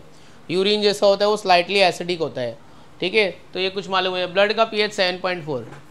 इसका दारू से क्या लेना दे रहा है पहले वो बताता हूँ मैं। ये ब्लड जो है ना, आपका ब्लड, जो ब्लड है वो किसके साथ काम कर रहा है? बफर के साथ। ये बफर क्या होता है? प्रिजर्वेटिव। इन शॉर्ट अपन बोले लोकल लैंग्वेज में तो क्या बोलेगा? प्रिजर्वेटिव। अब आप पूरा टाइम कुछ एसिडिक चीज़ें खा रहे हो, पूरा टाइम कुछ बेसिक चीज़ें खा रहे हो, तो पीएच क्या हो रहा है? 7.4 से कम हो रहा है, 7.4 से क्या हो रहा है? ज़्यादा हो रहा है। तो ब्लड उसको 7.4 पे लेके आता है। कितने पे लेके आता है? तो आपकी बॉडी में भगवान ने पहले से ही, तुम्हारे अल्लाह ताला ने क्या डाल के रखा है? ठीक है, बफर मैकेनिज्म ऐसे डाल के रखा है। अल्लाह का शुक्र है कि तेरा भी ब्लड अभी सही है, ठीक है। और ज़्यादा डिटेल में नहीं जाऊँगा। अगर इंसान को चेक करना है ना उसका ब्लड कितना अच्छा है कितना बेकार है, तो उसको कंपेयर किससे करते हैं? मंकी से। उसका RH फैक्टर, मंकी से कंपेयर करते हैं। आइडियल, मतलब जो एक ब्लड की क्वालिटी चेक करने के लिए एक होता है RH फैक्टर। आप कभी ब्लड रिपोर्ट देखोगे ना तो RH फैक्टर, उसमें एक रेफरेंस लिखा रहेगा, इतना होना चाहिए और इतना है। तो इतना जो है वो मंकी का रहता है, मतलब इतना होना चाहिए, वो मंकी का RH फैक्टर है। सबसे हेल्दी, मतलब सबसे अच्छा। क्यों पता है? क्योंकि मंकी अलग अलग पेड़ पे जाके कुछ भी अलग अलग चीज़ों से खाता है, तो उसका RH फैक्टर सबसे बेस्ट है। तो उधर से चेक करने के लिए, अब अभी तू साइंस स्टूडेंट है, जेई वाला है, बायो नहीं पढ़ रहा है, कल को तूने खुद का ब्लड रिपोर्ट निकाला तो खुद का ब्लड रिपोर्ट रीड करने को तो आना चाहिए कि नहीं? नहीं तो नीट वाले के पास जाएगा, वो रीड करके बता देगा और बोलेगा ला 1000 रुपये लाओ, देखो तो एड़ा बना दिया। तो इतना साइंस तो पढ़ लेना। RH फैक्टर से कंपेयर करते हैं। अब ब्लड क्या अपना बफर है, क्या है? ब्लड का काम है पूरा दिन जो तुम एसिडिक चीज़ें, बेसिक चीज़ें खा रहे हो, उसको कितने पे मेंटेन करना? 7.4। बराबर से मैकेनिज्म सुन ले। हाँ, तो कल को तुम दारू और सिगरेट पियोगे तो तुमको मालूम होना चाहिए कि तुम्हारे अंदर ये सब चीज़ें हो रही है। अच्छा है, खराब है, पीना है, छोड़ना है, नहीं छोड़ना है। यहाँ पे 2-3 लोग पीते हैं, मैं देखा हूँ बाहर, पर ठीक है, पर मेरे को बोलना नहीं है। उधर जाके मत पिया कर, उधर हम लोग भी जाते हैं ना यार चाय वाय पीने के लिए, उधर मत पिया कर यार, ठीक है। बिग बॉस ये वाला एडिट करके कट कर देना, ये वाला नहीं बोल, ठीक है। तो वहां मत जाया कर दोस्त, उधर देख लिया मैं 2-4 बार, देखो। चलो अभी ऐसा नहीं है उसकी तरफ देख रहा हूं, मतलब वो ही है। हाँ, तो 7.4 ब्लड का काम समझ गया क्या है? कुछ भी खाएगा एसिडिक बेसिक चीजें कितने पे लेके आएगा वो? 7.4। तो आज पार्टी में हम लोग गए और पार्टी में फिर अंगूरी रस भी था। अंगूरी रस मतलब समझ रहे हैं ना, मदिरा पान भी किया हमने। इथेनॉल आपकी बॉडी में गया, इथेनॉल। इथेनॉल क्या हो गया? आपकी बॉडी में गया। इथेनॉल वोलेटाइल कंपाउंड है, दारू पिएगा तो बास आएगा, कितना भी उसके बाद में चॉकलेट खा ले, सॉफ्ट खा ले, कुछ कोई मतलब नहीं है, क्योंकि वो वोलेटाइल है ना, बाहर ही आएगा ना, सीधा बाहर। वही ठीक है, उसका बॉइलिंग पॉइंट रूम टेम्परेचर से क्या है? कम है। तो कितना भी दारू पी के खा आ जाते को बास तो आने वाला है। सॉफ्ट खा लिया तो और गंदा बास आएगा, सॉफ्ट का भी स्मेल मिक्स हो जाएगा उसमें। ऑक्सीडेशन हो गया, इसका क्या हो गया? तो इथेनॉल कन्वर्ट हो गया एसिडिक एसिड में। किसमें कन्वर्ट हो गया? इथेनॉल कोई तकलीफ देता नहीं, ये न्यूट्रल है। Alcohols are neutral, alcohols are, it will not affect the pH of blood. अपने बॉडी में तुमने दारू पिया, ब्लड वेसल्स में वो आ गया और ऑक्सीडेशन हो गया। रेस्पिरेशन तो कर रहे हैं हम लोग, ऑक्सीडेशन तो पूरा दिन कर रहे हैं, है ना। अब ये ऑक्सीडाइज होकर क्या बन गया? Acidic acid. क्या बन गया? Acidic acid is a weak acid, acidic acid is a, आपका ब्लड क्या बोलता है आपको पता है? चल ठीक है कोई बात नहीं, आज तू पार्टी करके आया है, दारू पी के आया है, ये वीक एसिड का पीएच होता है 6, कितना होता है? अराउंड 6। चल ठीक है, आज बच्चा दारू पी के आया, कोई बात नहीं, मैं वापस मेंटेन कर ले, तो 7.4 पे वापस लेके आ गया आपके ब्लड के पीएच को।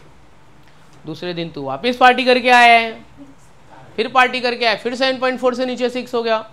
तो ऐसा तूने कंटिन्यूसली, एक तेरी आदत बन गई, और ये एडिक्टिव है। अल्कोहल पिएगा, एक बार पिएगा, 2 बार पिएगा, मज़ा आ रहा है, वाह मज़ा आ रहा है, आते जा रहा है मज़ा।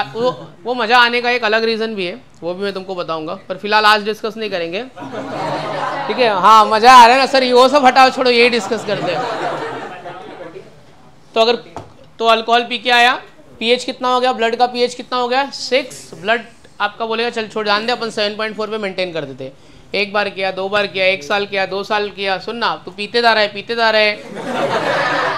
इसी बीच में तुम्हारी वाली छोड़ के भी चली गई बाजू वाले के साथ, और टेंशन में यार, और दारू पीते जा रहे हैं, छोड़ के भी गई, है ना?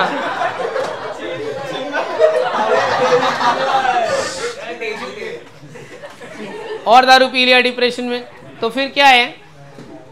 ब्लड बोलेगा भाई बस कर, अब मेरे से नहीं हो पाएगा, अभी मैं रोज तेरा पीएच मेंटेन कर करके मैं खुद थक गया हूँ। तो जो भी आदमी ज़्यादा दारू पिया रहेगा, ज़्यादा अल्कोहल कंज्यूम किया रहेगा, उसका ब्लड का प्यूरिफिकेशन नहीं हो पाएगा, क्योंकि ब्लड वो जवाब दे देगा, उसका पीएच जो बफर मैकेनिज्म है वो खराब हो चुका है। क्या हो चुका है? खराब हो चुका है। अब वो वापस पीएच 7.4 पे एडजस्ट कर पा रहा है क्या? नहीं। अब उसके ब्लड में इथेनॉल मिक्स होने लगा और पीएच ब्लड का क्या होने लगा है? चेंज। तो एक टाइम ऐसा है, अभी देख ब्लड पीएच मेंटेन नहीं कर पा रहा है, तो इसका इफेक्ट किस पे पड़ेगा? लीवर पे। वो जो प्यूरिफिकेशन का काम ब्लड कर रहा था, अब वो प्यूरिफिकेशन का काम किसको मिल रहा है? लीवर पे। लीवर भी थोड़ा ट्राई करेगा, बट कर करके कितना करेगा? उसका काम वो है नहीं, उसका काम कुछ अलग है, तो उससे क्या ही करवा रहा है, तो लीवर अफेक्ट होएगा। एक स्टेज पे डॉक्टर ऐसा बोलेगा भाई इसका पूरी बॉडी का ब्लड चेंज करना पड़ेगा। अगर आपके कोई रिलेटिव्स पहचान वाले, अगर डॉक्टर ने बोल दिया इसका ब्लड चेंज करना पड़ेगा, नहीं, डायलिसिस दूसरी चीज़ होती है। डायलिसिस में किडनी में यूरिन का अल्ट्रा फिल्ट्रेशन होता है, वो अलग से करते। ये ब्लड है, डॉक्टर बोल दिया आदमी का ब्लड चेंज करना पड़ेगा, तो अपने दिमाग में बिठा लेने का अभी इसका टाइम आ गया है। खाली लाइफ प्रोलॉन्ग्ड होगी उसकी, क्या होगी? थोड़ा 2, 4, 5, 6 महीना, साल, 2 साल चलेगा, बट वो मरेगा, क्योंकि तुम्हारी बॉडी का ब्लड सबसे अच्छा होता है। दूसरे की बॉडी का ब्लड डालेगा, तेरा बॉडी एक्सेप्ट किया नहीं किया, सबसे बेस्ट ब्लड आपके लिए कौन है? तुम्हारा खुद का बॉडी। जो बॉडी तुम्हारा ब्लड बना रहा है वो सबसे बेस्ट है। तो हर साल अगर आपका वेट 50 किलो है, तो जाके वेट डोनेट करने का, अच्छा ब्लड बनेगा, ताज़ा ब्लड बनेगा, बफर मैकेनिज्म भी क्या रहेगा? स्ट्रॉन्ग। तो होता क्या है वो एग्जैक्टली समझ गया क्या? फिर ब्लड का पीएच चेंज हो गया ना, पैसा वैसा नहीं है अपने पास में, ब्लड चेंज कराने का पैसा नहीं है, अपन ने ट्रीटमेंट ब्रो कराया, तो ब्लड का पीएच चेंज होएगा। ब्लड का पीएच चेंज होगा तो क्या बोलते हैं मालूम? बॉडी में जहर फैल गया है। बॉडी में जहर फैल गया मतलब इसका मतलब ही है कि ब्लड का पीएच 7.4 अब नहीं है। 7.4 मतलब भाई बेसिक का तेरा एसिडिक हो गया है। ब्लड क्या होता है? बेसिक हो गया है। फिर क्या आएगा? फिर तो लीवर एकदम खराब हो जाएगा, फिर मर जाएगा इंसान, कुत्ते की मौत, दारू पी के। तो थोड़ा बहुत पीने का तो ठीक है, बार बार पिएगा, बहुत ज़्यादा पिएगा तो ब्लड के ऊपर क्या आएगा?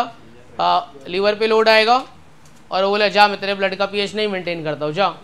तो बोले अरे कुछ नहीं होता है, ला 2 बोतल और ला। तेरे ब्लड में क्या एसिडिक होता जा रहा है, तो ब्लड क्या हो गया तेरा? एसिडिक हो गया, पॉइजन हो गया, अब मर जाएगा, ख़त्म कहानी। समझा? तो इथेनॉल का ये स्टोरी है, ऐसा दारू पीने से ये मैकेनिज्म है, इस तरीके से मरेगा। अभी ना लास्ट ईयर ना कोविड के टाइम में मलाड में ना एक जगह है, उसका नाम है मालवनी। तुम्हारे वाले लोग बहुत रहते हैं वहाँ पे मालवनी में, बता रहा हूँ रियल स्टोरी सुन। मालवनी में क्या हुआ था पता है? अभी कोविड के टाइम में इंसान घर पे बैठ बैठ के बोर हो जाता है, कंटाला रहे, बोला चल दारू पी के आते हैं। तो दारू पीने के लिए गया, छोटा मोटा दारू, मतलब छोटा मोटा आंटी के पास में, यहाँ पे देसी दारू। वहाँ पे मिथेनॉल क्या हो गया पता है? उधर पे जो दारू सप्लाई किया था ना, वो दारू सप्लाई करने के बाद में ना 25 लोग सेम डे पे मर गए कोविड में। तुम जाके देखना, मिथेनॉल का वाला इंटरनेट पे चेक करना, यूट्यूब पे चेक करना, तुमको मिलेगा मालवनी में मिथेनॉल की वजह से। तो दारू पीने के बाद में बहुत सारे लोग मर गए, 25 लोग। तो पुलिस ने उसका मतलब ये रिपोर्ट निकाला, भाई एक ही दिन में 25 लोग सेम तरीके से मर गए, लफड़ा क्या है? तो पता चल के आया कि ये लोग ये दुकान पे जाके ये वाली दारू पिए थे। तो वो दुकान पे गए, दारू वाले को पकड़े, बोले तेरा दारू दिखा। तो दारू में ना, दारू जहाँ से सप्लाई हुई थी, दारू वाले का गलती नहीं था, दारू जहाँ से आया था वो स्टोरेज में ना ऐसे मीथेनॉल का बॉटल रखा था, लेकिन वो मीथेनॉल का एम है ना मिट गया।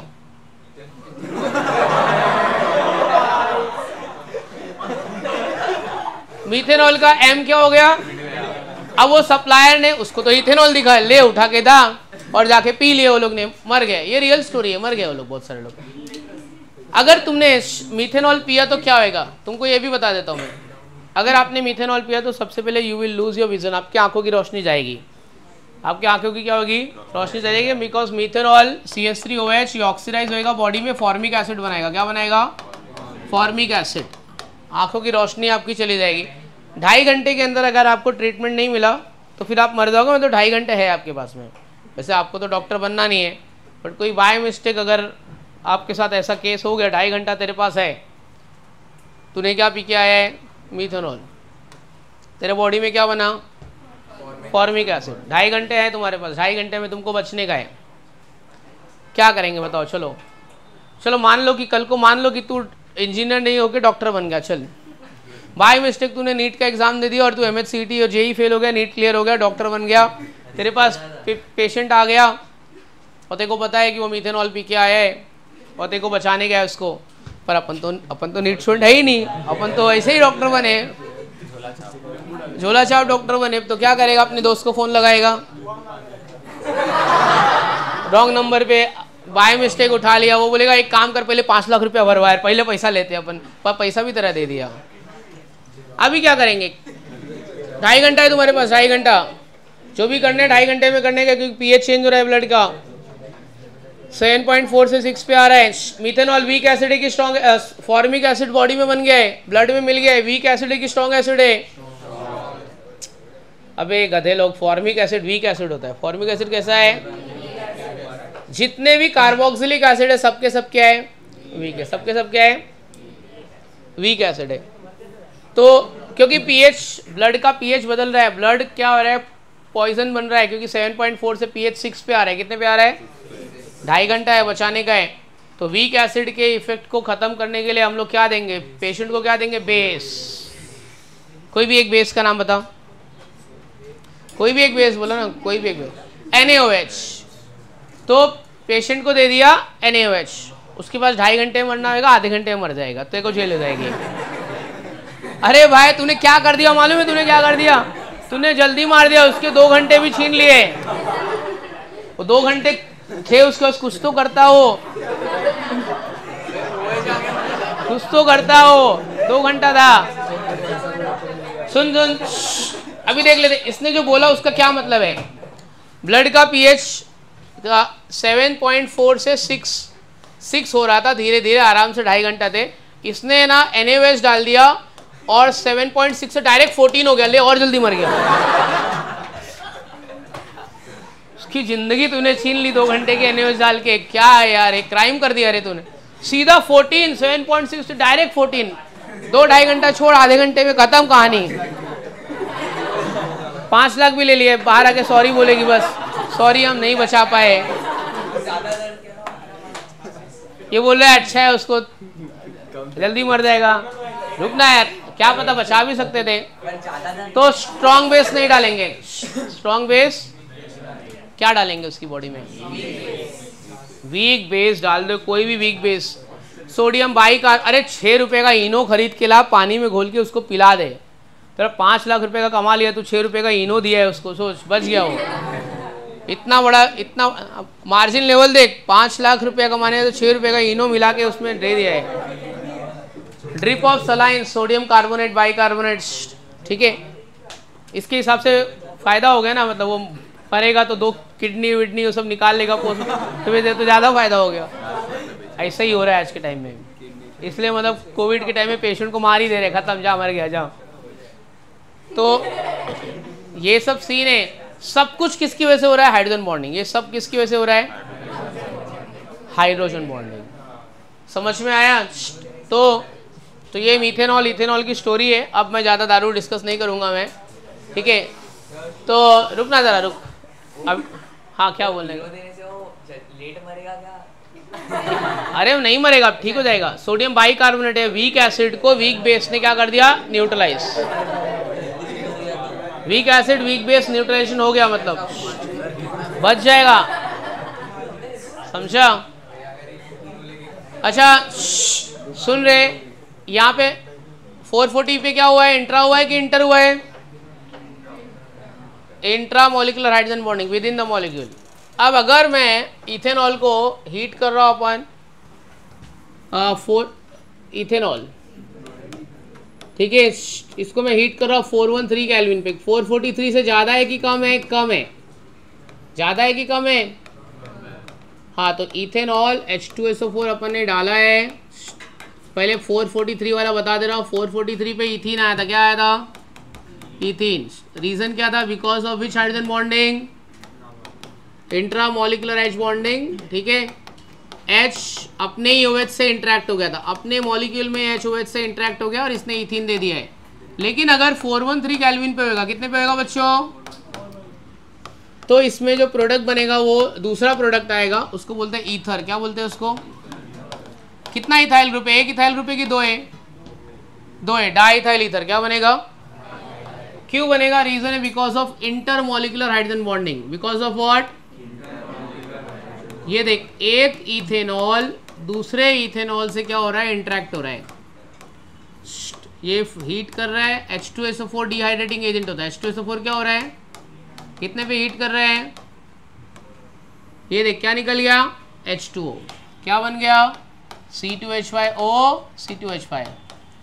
So different temperature, different hydrogen bonding और डिफरेंट प्रोडक्ट। एक ही रिएक्टेंट को दो अलग अलग टेम्परेचर पे हीट करें, लेकिन दो अलग अलग क्या आ रहा है? प्रोडक्ट आ रहे हैं। सेम प्रोडक्ट नहीं आ रहा है। मैं तो इथेनॉल से इथीन भी बना रहा हूँ, इथेनॉल से ईथर भी बना रहे। तो समझा? दो अलग अलग टेम्परेचर पे दो अलग अलग हाइड्रोजन बॉन्डिंग और दो अलग अलग प्रोडक्ट। तो दो टाइप की हाइड्रोजन बॉन्डिंग है। ये कौन सा हाइड्रोजन बॉन्डिंग है? इंट्रा। और ये कौन सी है? एक मॉलिक्यूल दूसरे के साथ इंटरेक्ट हो रहा है तो क्या हो रहा है? इंटर। तो दो टाइप की हाइड्रोजन बॉन्डिंग होती है, एक इंट्रा होती है और एक क्या होती है? इंटर। समझ में आया? ठीक है, तो लिखते हैं अभी। लिखो ज़रा हाइड्रोजन बॉन्डिंग। लिखो इसमें डेफिनेशन में लिखो, when hydrogen atom is bonded with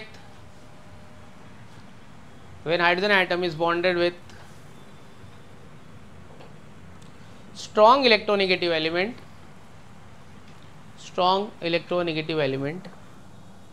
which is small in size,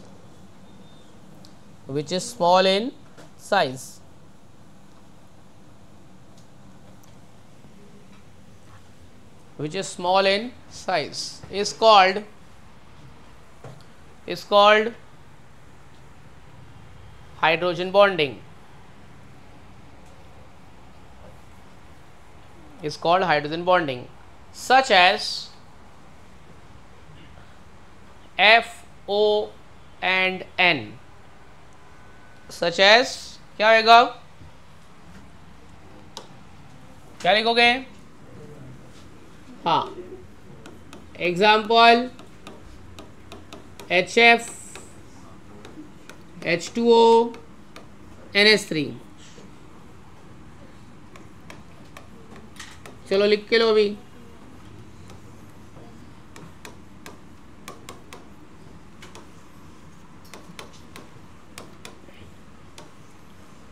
तो पानी में क्या होती है? हाइड्रोजन बॉन्डिंग, इसलिए वो 100 डिग्री तक टूटता है क्या?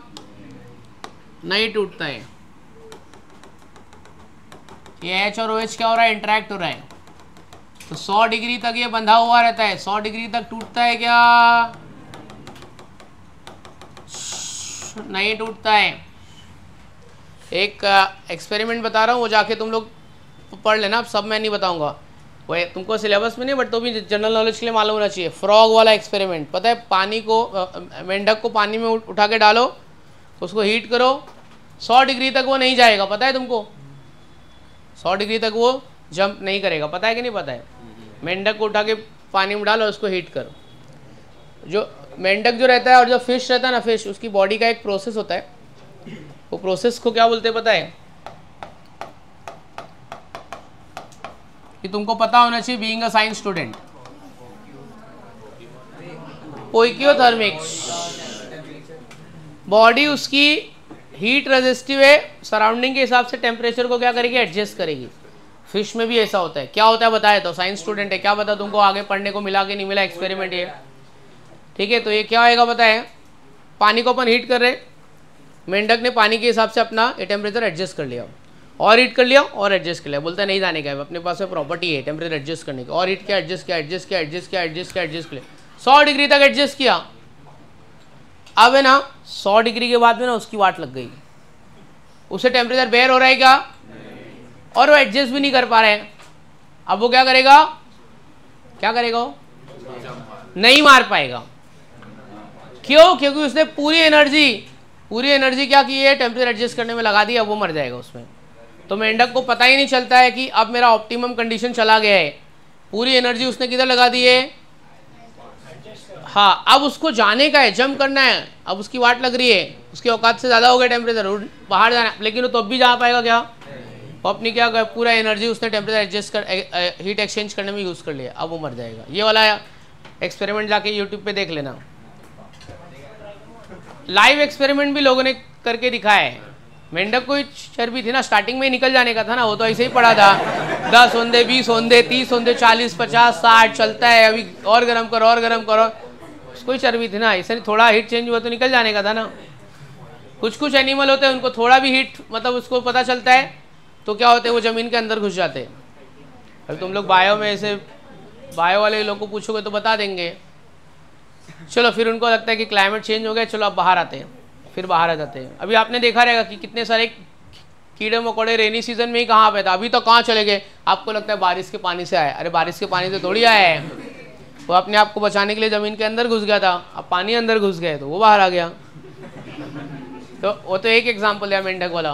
कल को तू बड़ा होगा, तेरा बच्चा तेरे से सवाल पूछेगा तो क्या बोलेगा, तेरा बच्चा तेरे को पूछेगा पापा ऐसा क्यों होता है, तो क्या बोलेगा, जा तेरी माँ को पूछ ना। फिर वो बच्चा माँ के पास जाएगा, मम्मी ऐसा, अबे तेरा बाप पढ़ने का नहीं है मेरे को।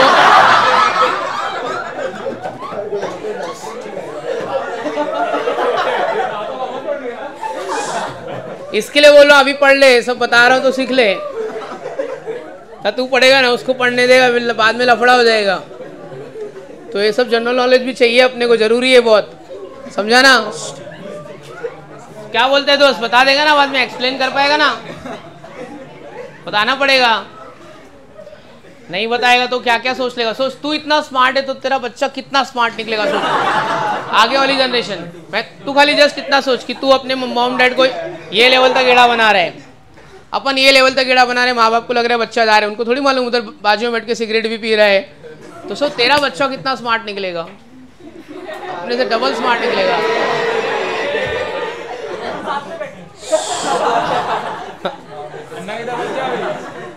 चल भाई टॉपिक पे आते हैं। दूसरा एग्जांपल अमोनिया।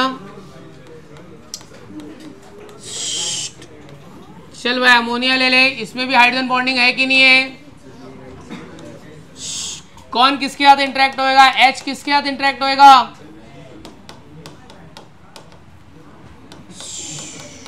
चलो आओ देखते हैं। ए बच्चे लोग इसको जरा चार्ज दे देना ना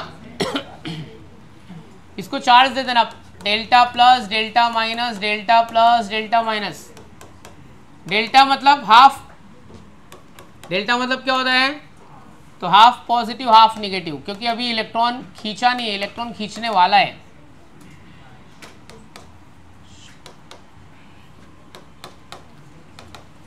ठीक है, तो ये सब क्या हो रहा है, हाइड्रोजन बॉन्डिंग। क्या हो रहा है सब, हाइड्रोजन बॉन्डिंग।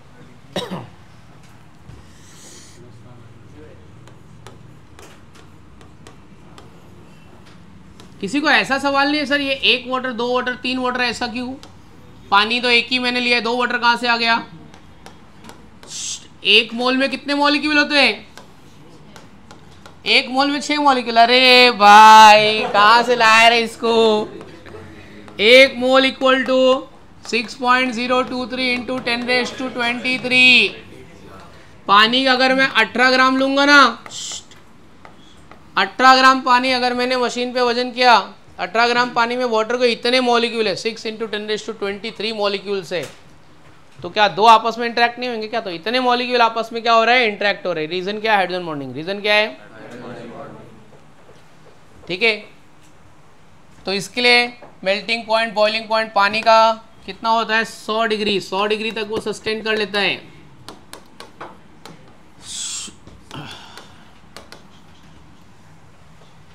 तो फ्रॉग वाला एक्सपेरिमेंट तुमको नहीं था स्कूल में? ऐसे कुछ ऐसा डिस्कस नहीं किया किसी ने? मेंढक को पानी में डाल के हीट किया तो क्या होएगा? 100 डिग्री तक वो नहीं जाएगा। चलो समझ गया है। अभी ये हो गया, लिख के हो गया। एक लिखो, क्वेश्चन लिखो, एक्सप्लेन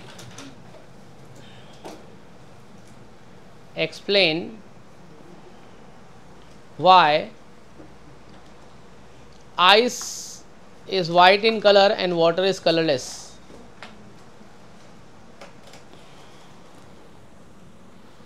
तो क्या है आपके हिसाब से आंसर क्या है? हाँ, आइस मतलब क्या होता है? Impure water. लिखो पहले आंसर लिखो। Water contains dissolved air.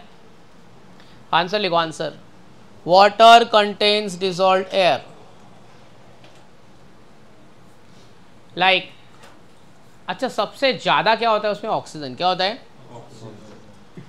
Like O2, N2, CO, CO2 etcetera.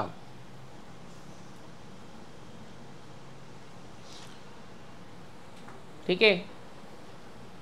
दूसरा पॉइंट में लिखो, solubility of a gas in liquid is inversely proportional to temperature. Solubility of a gas in liquid is inversely proportional to temperature. Solubility of a gas in liquid is inversely proportional to temperature. On freezing,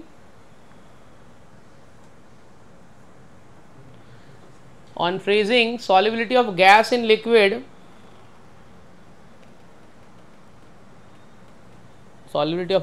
liquid increases due to presence of hydrogen bonding. Due to presence of hydrogen bonding. Due to presence of hydrogen bonding.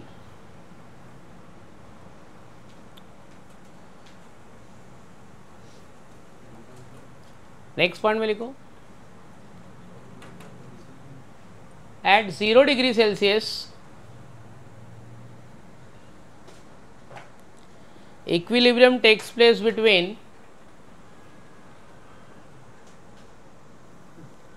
H2O liquid and H2O solid. H2O liquid and H2O solid.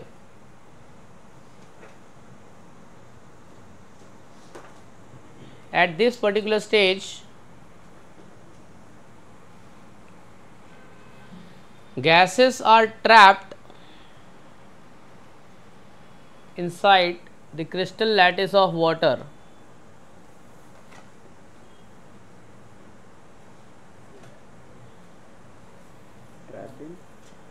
Gases are trapped inside the crystal lattice of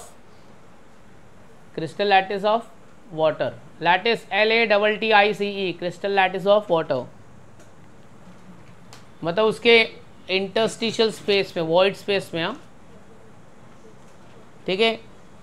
hence it appears white in colour. Hence it appears white in colour. समझ में आया? अगर मुझे ice white नहीं चाहिए तो क्या करना पड़ेगा? बोलो बच्चों, क्या करना पड़ेगा? हाँ, तो मेरे को आइस को फ्रीज करने से पहले क्या करना पड़ेगा? हीट करेंगे तो हाई टेम्परेचर पे गैस उड़ जाएगी और सब गैस निकल गई। अब खाली क्या बचा? Pure water. क्या बचा? और प्योर वाटर फ्रीज कर दो, वो क्या रहेगा? कलरलेस। आज जाके ट्राई करके देखना सब लोग, आज ट्राई करके देखना। समझ में आ गया ये वाला आंसर? तो नोट में लिख दो, when water is heated before freezing, when water is heated before freezing ice will be colourless. तो आज सबका होमवर्क यही है, पानी को वार्म करने का, ठीक है। और नोट में दूसरा पॉइंट लिखना, मैंने एक पॉइंट और बताया था जो मैं नहीं लिखाया हूं। Warm water freezes faster than normal water।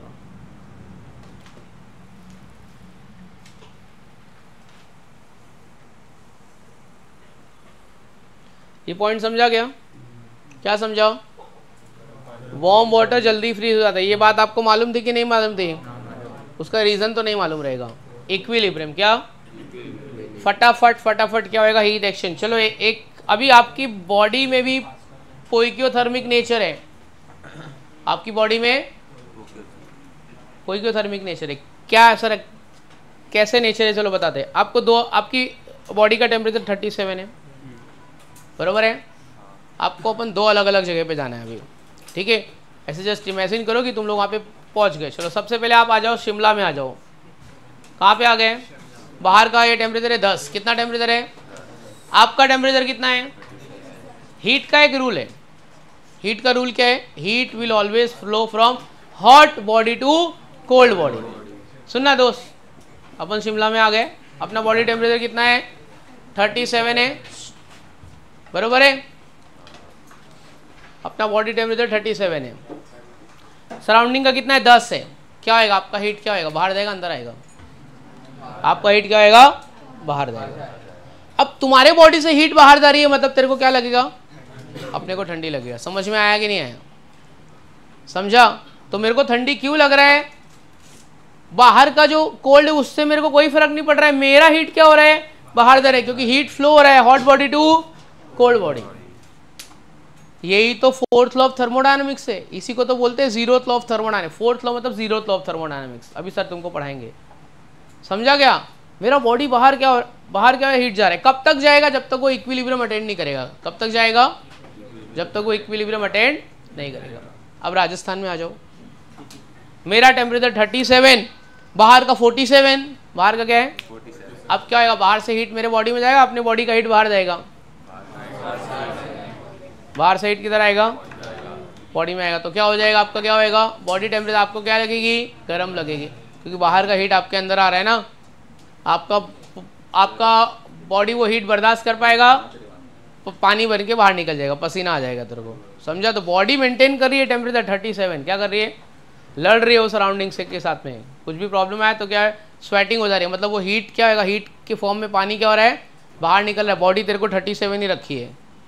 समझा कि नहीं समझा? जब ज़्यादा हो जाएगा तो मर जाएगा, फिर अपन रेजिस्टेंस पावर क्या होगा? खत्म हो जाएगा। समझ में आया? तो हीट का फ्लो होता है hot body to cold body. कब तक होता है? जब तक वो इक्विलिब्रियम अटेंड नहीं करता है। तूने पिक्चर में देखा रहेगा ना, हीरोइन क्लाइमेट में गई, एकदम आइस से फंस गए, हीरोइन को लग गई ठंडी। एक ही रास्ता है अभी बचाने का, हीरो अपनी बॉडी से हीट देगा, तो इक्विलिब्रियम एक्सचेंज होएगा। क्या देखा रहेगा ना पिक्चर में, पुराने ज़माने की पिक्चर में देखो। अब इसको बचाने का एक ही रास्ता है, फिर वो बॉडी, फिर उसके बाद सुबह हो जाएगी, बच गया। देखा रहेगा ना। तो that is fourth law of thermodynamics. तो थर्मोडायनेमिक्स का कौन सा लॉ है? फोर्थ लॉ है, एक्सचेंज ऑफ हीट। लिख लिया, ये वाला हो गया। चलो नेक्स्ट अगला हेडिंग लिखो।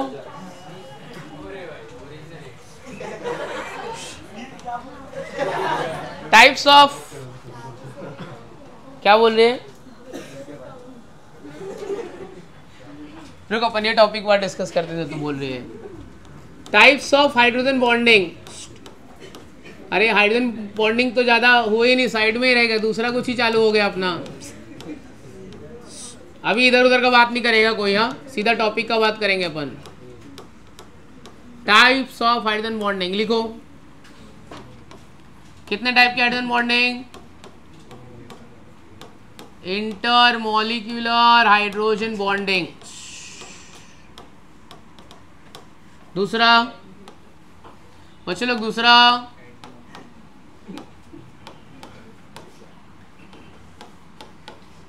दूसरा क्या है?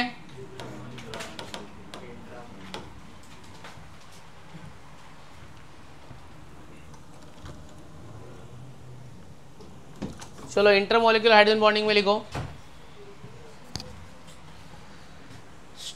इंटरेक्शन बिटवीन, आपने फर्स्ट क्या लिखा है? इंटरमोलिकुलर, तो लिखो interaction between hydrogen and electronegative element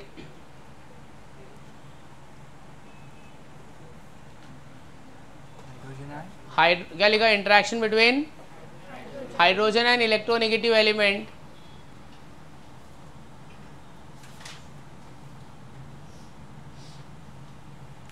one molecule to another molecule, one molecule to another molecule.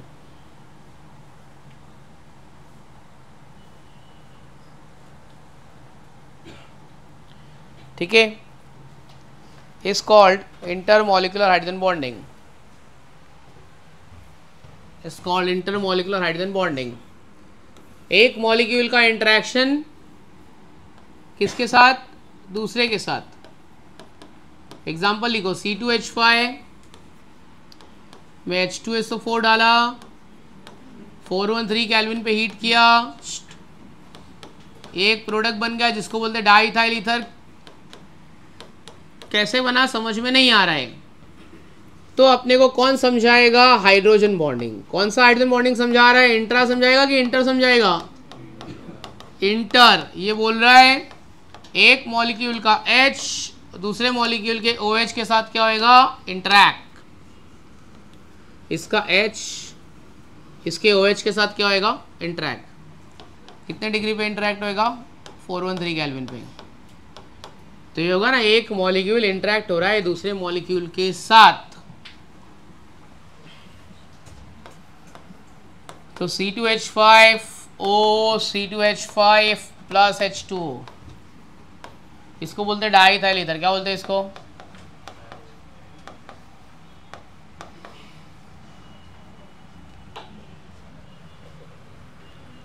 बरोबर है अली भाई, सब ठीक है ना? नहीं यार, खुदा हाफिज अभी मत करना यार। अभी तो मेरे को बहुत पढ़ाने का है, अभी तो पढ़ना है यार, फिर उसके बाद में अपन आराम से करेंगे ना यार। इतनी भी क्या जल्दी है यार, थोड़ा तो पढ़ाने दे मेरे को।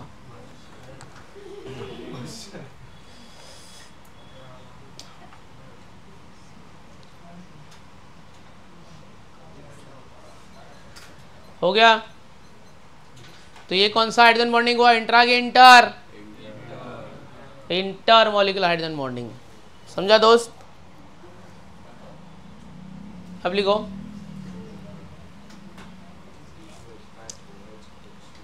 अभी हेडिंग डालो इंट्रा मॉलिक्यूलर हाइड्रोजन बॉन्डिंग। क्या डालोगे? Intra molecular hydrogen bonding.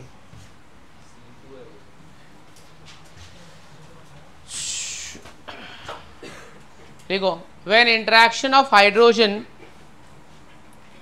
and electronegative element takes place, when interaction of hydrogen and electronegative element takes place within the molecule,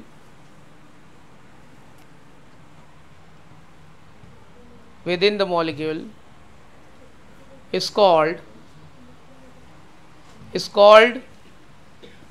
क्या बोलते हैं?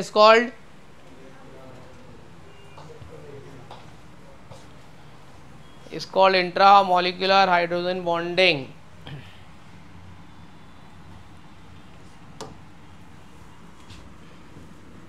For example,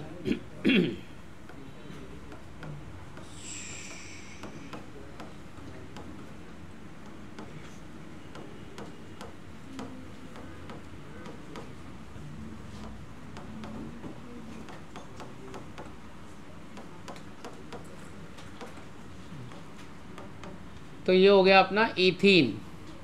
बरोबर है?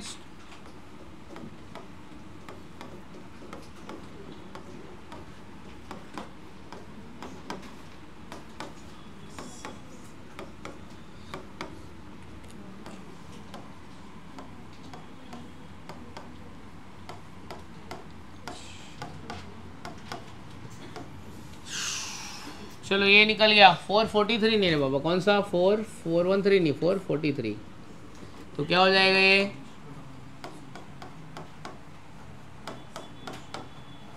क्या हो गया इथीन, क्या हो गया इथीन। अभी हेडिंग लिखो जरा एक, लिखो identify the types of hydrogen bonding in 2-nitrophenols. Identify the types of hydrogen bonding in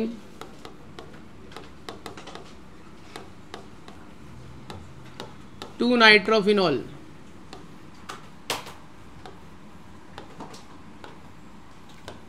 phenol मतलब बेंजीन के ऊपर OH, बेंजीन का दूसरा नाम होता है फीन, क्या होता है, फीन प्लस ओल, फीन प्लस ओल तो क्या बनता है, फिनॉल। फीन मतलब C6H6, इसका एक H हटा के OH लगाए, तो ये आपका हो गया 2-नाइट्रोफिनॉल। नाइट्रो मतलब NO2 ग्रुप, नाइट्रो मतलब विच ग्रुप। अब देखो बच्चों, इसमें हाइड्रोजन बॉन्डिंग है,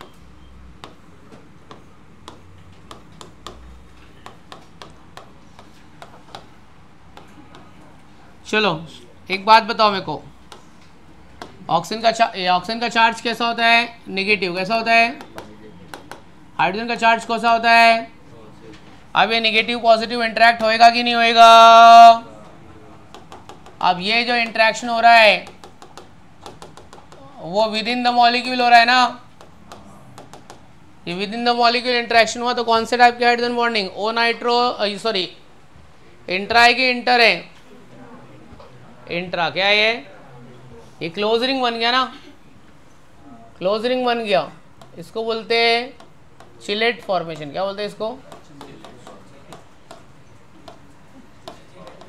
चिलेट फॉर्मेशन। आप इसको इन शॉर्ट क्या बोल सकते हो, क्या बोल सकते हो इसको इन शॉर्ट, चिलेशंस। क्लोज रिंग हो गया ना हाइड्रोजन, ये देखिए कहाँ पहले ओपन था अच्छा सा, अब ये क्या हो गया, क्लोज हो गया है। क्या हो गया है, क्लोज हो गया है, समझा, क्या हो गया है, क्लोज। तो रिंग लाइक स्ट्रक्चर बन गया, क्या बन गया है, रिंग लाइक स्ट्रक्चर। चिलेशन हो गया इसमें, क्या हो गया है, चिलेशन। तो कोई पूछा चिलेशन क्या होता है तो क्या बोलने का, रिंग लाइक स्ट्रक्चर। किसकी वजह से बना, हाँ, कौन से टाइप की हाइड्रोजन बॉन्डिंग है, इंट्रा है कि इंटर है, intra, with in the molecule, एक मॉलिक्यूल अपने आप में इंटरेक्ट हो गया।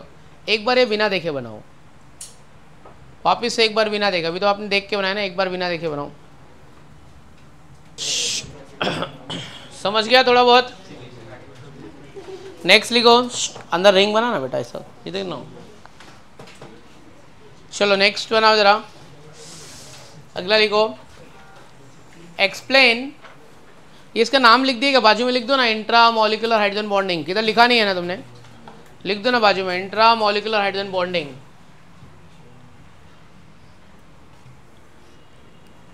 उसके बाद में अगला सवाल लिखना, explain the types of hydrogen bonding in 4-nitrophenol. Explain the types of hydrogen bonding in 4-nitrophenol. तो देख ये बाजू बाजू में था, ये तो इंटरेक्ट हो गया।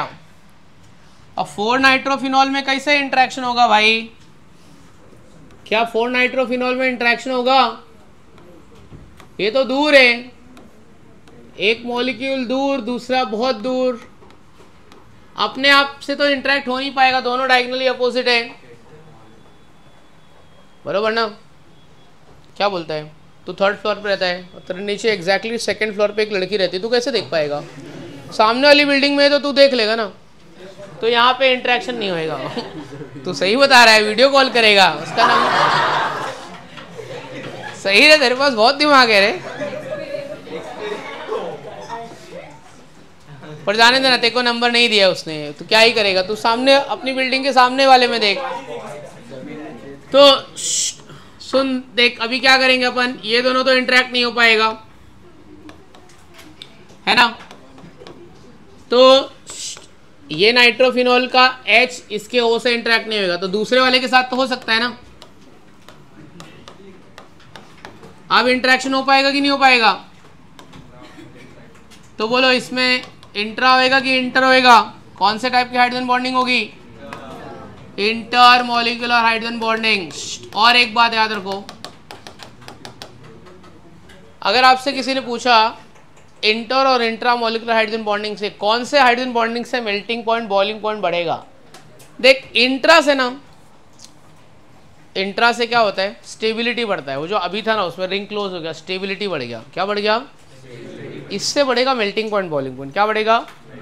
क्योंकि मॉलिक्यूल क्या हो गया, क्लोज हो गया। मॉलिक्यूल क्या हो गया, क्लोज हो गया।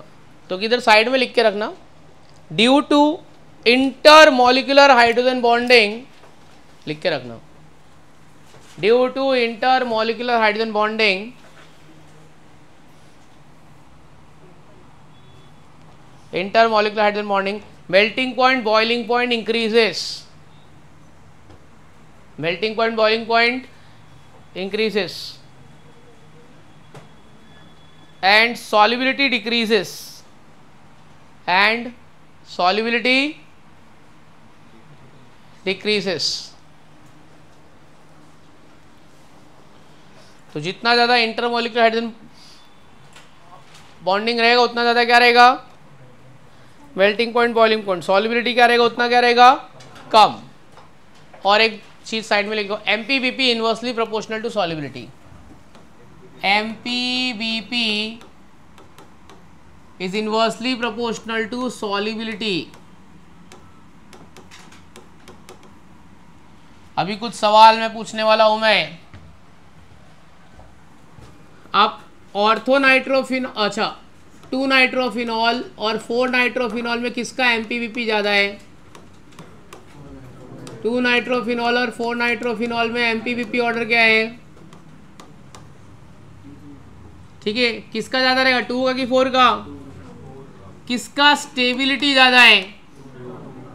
हाँ, तो ये अपना हो गया एमपीबीपी ऑर्डर, वो आप लिख देना, लिख सकते हो ना। एमपीबीपी ऑर्डर, स्टेबिलिटी किसकी ज़्यादा है? और एक साइड में एक चीज और लिख के रखो, stability is inversely proportional to reactivity. Stability is inversely proportional to reactivity. तो ये तीनों ऑर्डर जरा लिख के रखो जरा, किसका क्या, सॉल्युबिलिटी ऑर्डर भी लिखो। ये 2 नाइट्रो तो 4 नाइट्रोफिनॉल का ज्यादा रहेगा। मैं स्टेबिलिटी ऑर्डर नहीं बताऊंगा, रिएक्टिविटी ऑर्डर नहीं बताऊंगा, और सॉल्युबिलिटी ऑर्डर नहीं बताऊंगा। ये आप ड्रॉ करो, इस चारों ऑर्डर लिख के रखो।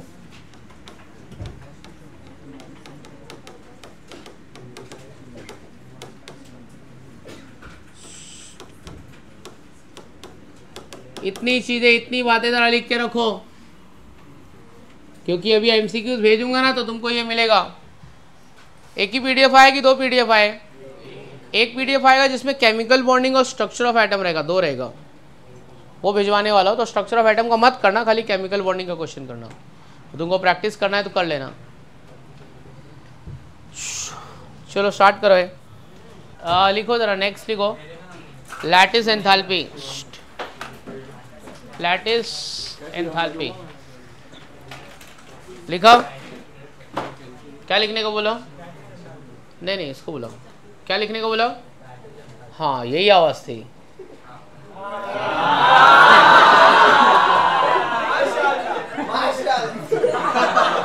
यही आवाज थी, यही आवाज थी, यही आवाज थी ना। दैट इज, यही आवाज थी। कुछ तो अच्छे वाले वर्ड यूज कर रहा था।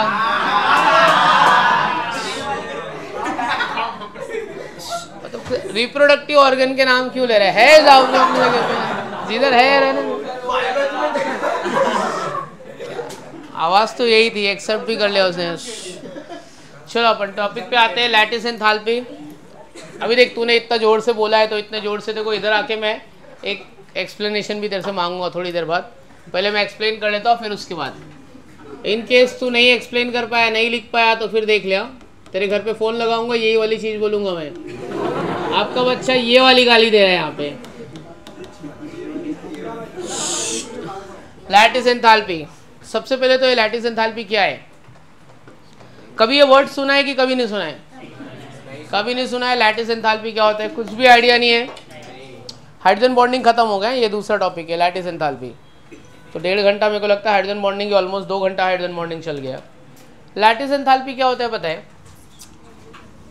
1 mole of solid substance is formed. क्या बोल रहा हूँ मैं? 1 mole of solid substance is formed from its constituent gaseous ion. किससे बनेगा solid substance? From its constituent gaseous ion. मतलब सोडियम क्लोराइड अगर मुझे सॉलिड स्टेट में बनाने का है तो मेरे को क्या चाहिए? Na+ आयन और Cl- आयन गैस स्टेट में चाहिए। ठीक है। जो सोडियम क्लोराइड आपको मिलता है, कहाँ से मिलता है आपको? आपके पास सोडियम क्लोराइड कहाँ से आता है? Sea water, direct evaporation of sea water. ठीक है। ये जो नेचुरल मेथड है, ये सोडियम क्लोराइड का नेचुरल मेथड है। कौन सा मेथड है? Sodium chloride solid. ठीक है। नेचुरली मतलब कभी ना कभी किसी ना किसी ने तो समंदर में आके सोडियम और क्लोरीन डाला रहेगा। किसने डाला रहेगा वो मालूम नहीं, बट कहीं ना कहीं से तो ये आया रहेगा, नहीं तो ये नहीं बना रहेगा। ये अपना नेचुरल है। क्या ये नेचुरल है? Sodium chloride, sodium solid state, chlorine का स्टेट क्या है? गैस। जब ये मिला रहेगा तब समंदर में सोडियम क्लोराइड सॉलिड में कभी ना कभी तो आया रहेगा, लाखों साल पहले, बट ऐसे ही आया रहेगा। प्रेजेंट है मतलब आया रहेगा डेफिनेटली, ऐसा तो है नहीं। लेकिन मैं सोडियम क्लोराइड को लैब में भी बना सकता हूँ। किसका यूज़ करके? लैटिस एंथैल्पी का यूज़ करके। किसका यूज़ करके? तो मेरे को कोई भी एक सब्सटेंस सॉलिड स्टेट में बनाना है तो मुझे उसके कॉन्स्टिट्यूएंट आयन कौन से स्टेट में चाहिए? ये बनाने के लिए जितनी एनर्जी लगेगी उसको बोलते हैं लैटिस एंथैल्पी। समझ में आ गया? तो लैटिस एंथैल्पी क्या होता है? Amount of heat is required to form 1 mole of a solid substance from its constituent gaseous ion. क्या बोला मैंने? Amount of heat is required to form 1 mole of a solid substance from its constituent gaseous ion. उतनी heat को हम लोग क्या बोलते हैं? ये मेरा नेचुरल तरीका नहीं है सोडियम क्लोराइड बनाने का, ये आर्टिफिशियली हम लोग इस तरीके से लैब में बना सकते हैं। अगर हमारे पास समंदर नहीं होता और हमको नमक बनाने का रहता तो हम लोग ये तरीके से बनाते हैं। अभी तो कोई नहीं बनाएगा क्योंकि डायरेक्टली सोडियम क्लोराइड अवेलेबल है, तो काय को बनाने का?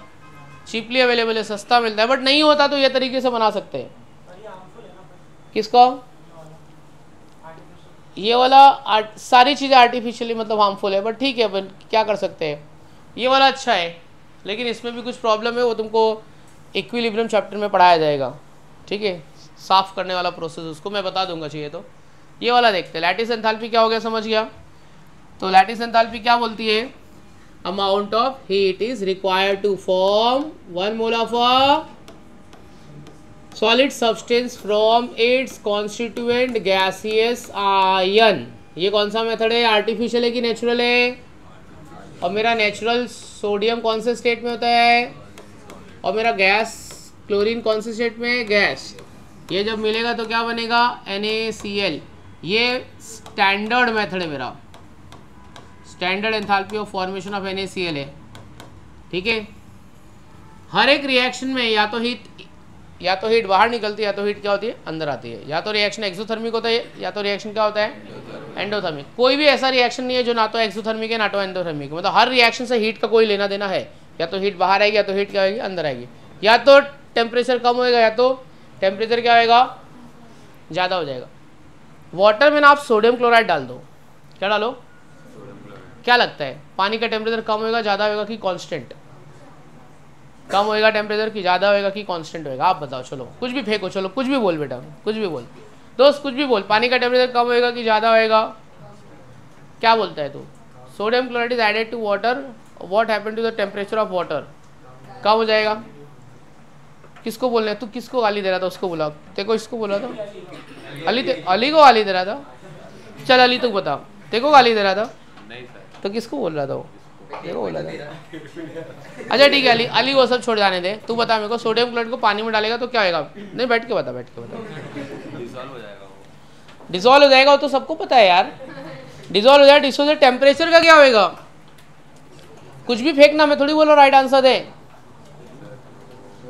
आज घर पे जाके चेक करके देखना, कांच का ग्लास लेना, अगर आपको कोई हीट सेंसिटिव एक्सपेरिमेंट करना है तो कांच का ग्लास लेने का, ठीक है। पानी ले से और नमक डाल और फील करके ठंडा लग रहा है कि गर्म लग रहा है, कि उतना ही रहेगा टेम्परेचर? नहीं उतना तो नहीं रहेगा, या तो ठंडा आएगा या तो होएगा थोड़ा गर्म। क्या लगे है? पानी थोड़ा सा ठंडा हो जाएगा, थोड़ा सा क्या होएगा? क्योंकि वो एंडोथर्मिक रिएक्शन है। क्या है? उसने पानी का हीट ले लिया है, नमक ने क्या किया? पानी का हीट क्या किया है? तो नमक को ऐसे अपने हाथ में पकड़ ले, थोड़ी देर के बाद में you will see the droplets, आपको पानी के ड्रॉपलेट्स दिखेंगे, क्योंकि वो हीट एब्जॉर्ब कर लेगा। क्या करेगा? हीट एब्जॉर्ब करेगा। अब सेम चीज़ ना, तो पानी में डाल CaCO3, क्या डाल? कैल्शियम कार्बोनेट, चूना डाल दे। अगर कैल्शियम कार्बोनेट नहीं मिले तो चूना जा पान की दुकान से लेके और डाल दे इसे, तो पानी क्या होएगा? गर्म हो जाएगा। एक्सोथर्मिक। चूना नहीं अवेलेबल है तेरे घर पे, वॉशिंग पाउडर रहेगा, सोडियम कार्बोनेट, सोडियम बाइकार्बोनेट।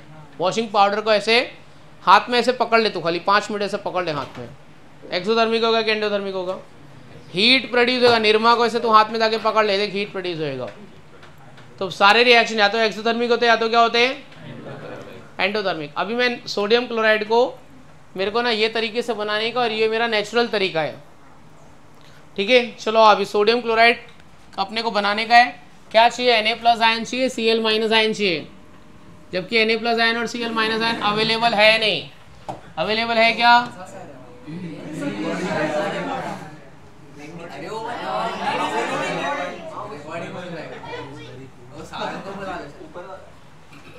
अबे चल, इतना भी टाइम पास, इतने भी गधे थोड़ी यार, इतना तो आता ही है ना। देखो तो टाइम पास करने का ही है, देखो कुछ ना कुछ तो टाइम पास होना चाहिए। इधर देख, सोडियम क्लोराइड बनाने का है। सोडियम क्लोराइड बनाने के लिए मेरे को क्या चाहिए? मेरे को चाहिए Na+ गैस, और मेरे को चाहिए Cl- गैस। Na+ गैस चाहिए, और क्या चाहिए मेरे को? लेकिन Na+ गैस होता है क्या?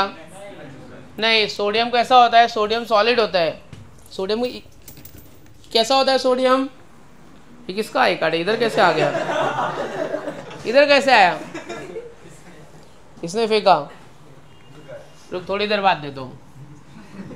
चलो हाँ, ए भाई सुन, सोडियम सॉलिड में सोडियम कैसा है? क्या चाहिए मेरे को? सोडियम आयन चाहिए गैसीय स्टेट में। तो पहले एक काम कर लेते हैं, सोडियम सॉलिड को कन्वर्ट कर लेते हैं सोडियम गैस में। किस में कन्वर्ट करते हैं? सॉलिड से गैस हो रहा है, वो प्रोसेस को क्या बोलते हैं? सब्लिमेशन। क्या बोलते हैं? यहाँ पे कुछ एक एनर्जी यूज होगी, ये रुक ना, लिख मत ना, रुक। एक एनर्जी यूज होगी, उसको बोलते हैं एंथैल्पी ऑफ सब्लिमेशन। क्या बोलते हैं? अब मेरे को मिल गया सोडियम एटम गैसीय स्टेट में। एटम थोड़ी चाहिए, आयन चाहिए। तो एटम से आयन बनाने के लिए एक इलेक्ट्रॉन निकालना पड़ेगा ना। 281 है ना, एक इलेक्ट्रॉन निकाल लेते, उसको बोलते हैं एंथैल्पी ऑफ आयोनाइजेशन। क्या बोलते हैं इसको?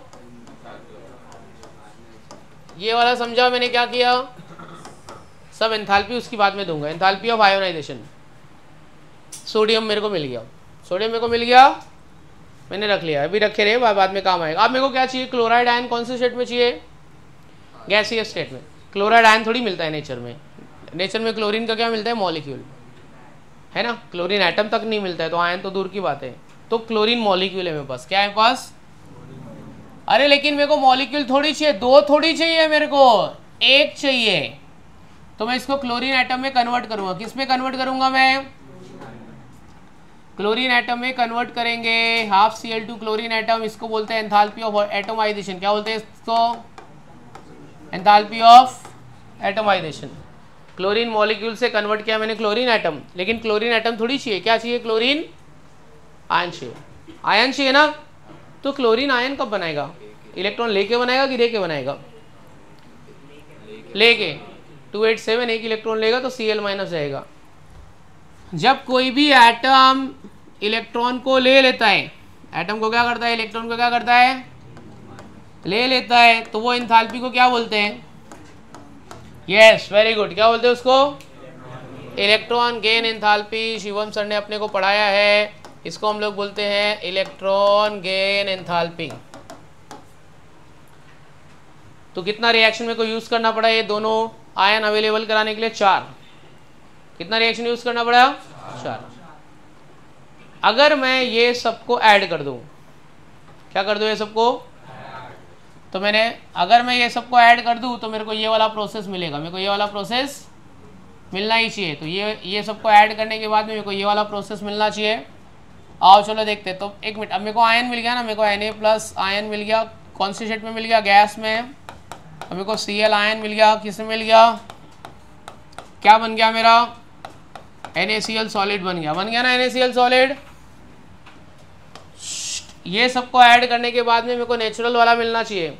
देखो मिल रहा है क्या? आओ चलो कुछ कट करते, कुछ कट हो रहा है क्या? देखो ये देखो, सोडियम गैस कैंसिल है ना। और क्या होएगा? कट। ये देखिए एक electron cancel. Chlorine gas cancel. और क्या कैंसिल? Cl- C cancel.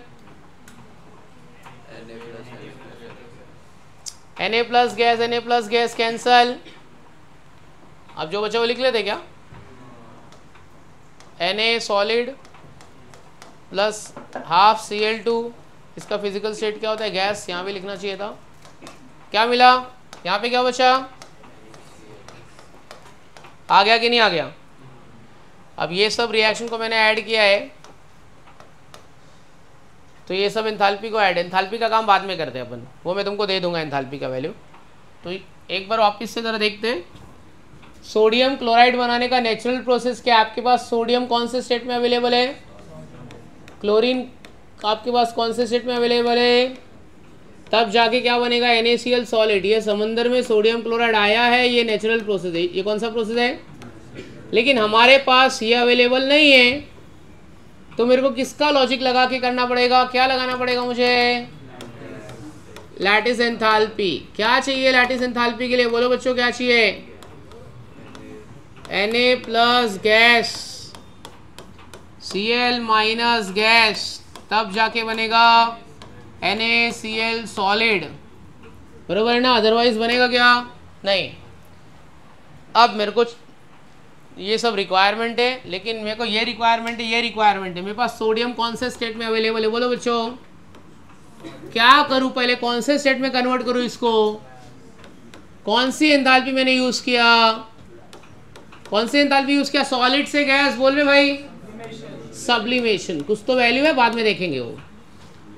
लेकिन गैस थोड़ी चाहिए, आयन चाहिए। क्या करने का? इलेक्ट्रॉन लेने का कि देने का? इलेक्ट्रॉन। सोडियम कैसे लेगा? 281 है ना। इलेक्ट्रॉन देगा, कितना इलेक्ट्रॉन देगा? क्या बनेगा? Na+ gas. कौन सी एंथैल्पी है भाई इसकी? कौन सी एंथैल्पी है? फिर उसके बाद बताओ चलो, Cl क्या करने हैं? Cl अपने पास कौन से स्टेट में अवेलेबल है भाई? Chlorine molecule. Cl लेगी Cl2 है। पहले मॉलिक्यूल से क्या बनाना पड़ेगा? एटम। मॉलिक्यूल से एटम बनाने के लिए जो gaseous molecule converted into gaseous atom, वो एंथैल्पी को क्या बोलते हैं? एंथैल्पी ऑफ, क्या बोलते हैं? एटमाइजेशन। फिर क्या करना पड़ेगा? बोलो बच्चों। हाँ, गैस थोड़ी चाहिए, गैसियस एटम थोड़ी चाहिए। क्या चाहिए? क्या करना पड़ेगा? इलेक्ट्रॉन लेना पड़ेगा कि देना पड़ेगा? क्या कन्वर्ट हो गया इसमें? कौन सी एंथैल्पी? कौन सी?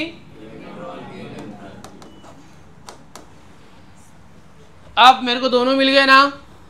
Na+ मिल गया मेरे को Cl- गैसीय स्टेट में मिल गया। किसमें कन्वर्ट हो जाएगा? NaCl solid. ये है लैटिस एंथैल्पी। क्या है ये? Lattice enthalpy. मुझे नहीं मालूम कितनी है, यही तो पता करना है। चलो ये सब को ऐड करेंगे। क्या क्या कट हो रहा है बताओ। चलो तुम ही बताओ क्या कट करूं पहले। अच्छा चलो Na gas cut, Na plus gas cut, एक इलेक्ट्रॉन कट, Cl गैस, यही ना, ये कट, और Cl माइनस गैस कट, ठीक है। अब बच गया ना, जो बचा है वही चाहिए ना, Na solid plus half Cl2 gas, क्या मिल रहा है, NaCl कौन से स्टेट में, सॉलिड। यह है एंथैल्पी ऑफ फॉर्मेशन। चलो लैटिस एंथैल्पी का डेफिनेशन लिखो, लैटिस एंथैल्पी देखो, amount of heat is required to form, amount of heat is required to form, amount of heat is required to form 1 mole of a solid substance, amount of heat is required to form 1 mole of a solid substance from its constituent gaseous ion.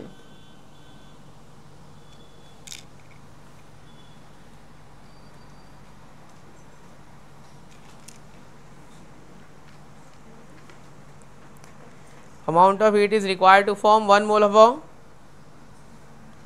solid substance from its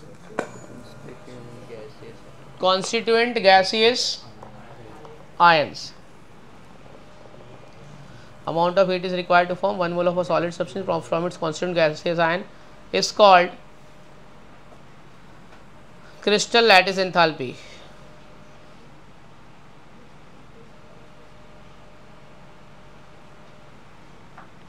Is called crystal lattice enthalpy. लिखा is called crystal lattice enthalpy, लिखो। ये पहले लिखो, Na plus gas,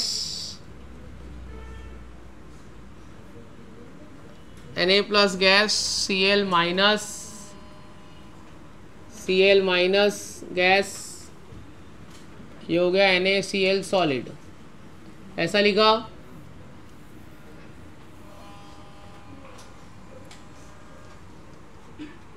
लिखा।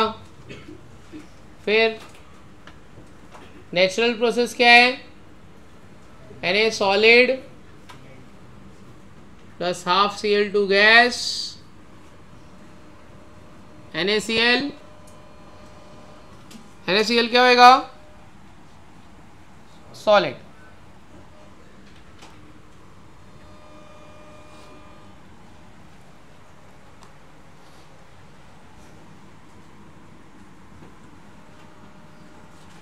ठीक है, चलो अभी स्टार्ट करो। अब यहां से स्टार्ट करो रिएक्शन। 5 रिएक्शन लिखना है, वो 1 2 3 4 5 रिएक्शन लिखना है और वो 5 रिएक्शन को ऐड करना है।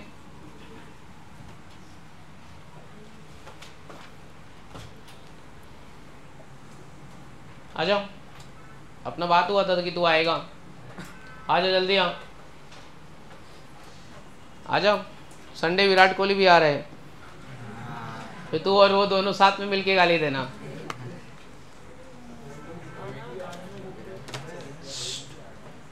आ जाओ इसको थोड़ा आने को जगह, ये साइड से आ जा, थोड़ा आने दो उसको, थोड़ा उसको जगह दीजिए, भाई को आने दो भाई, जल्दी फटाफट हट जा, नहीं तो फिर 2-3 रिप्रोडक्टिव ऑर्गन के नाम बता देगा तेरे को वहीं पे।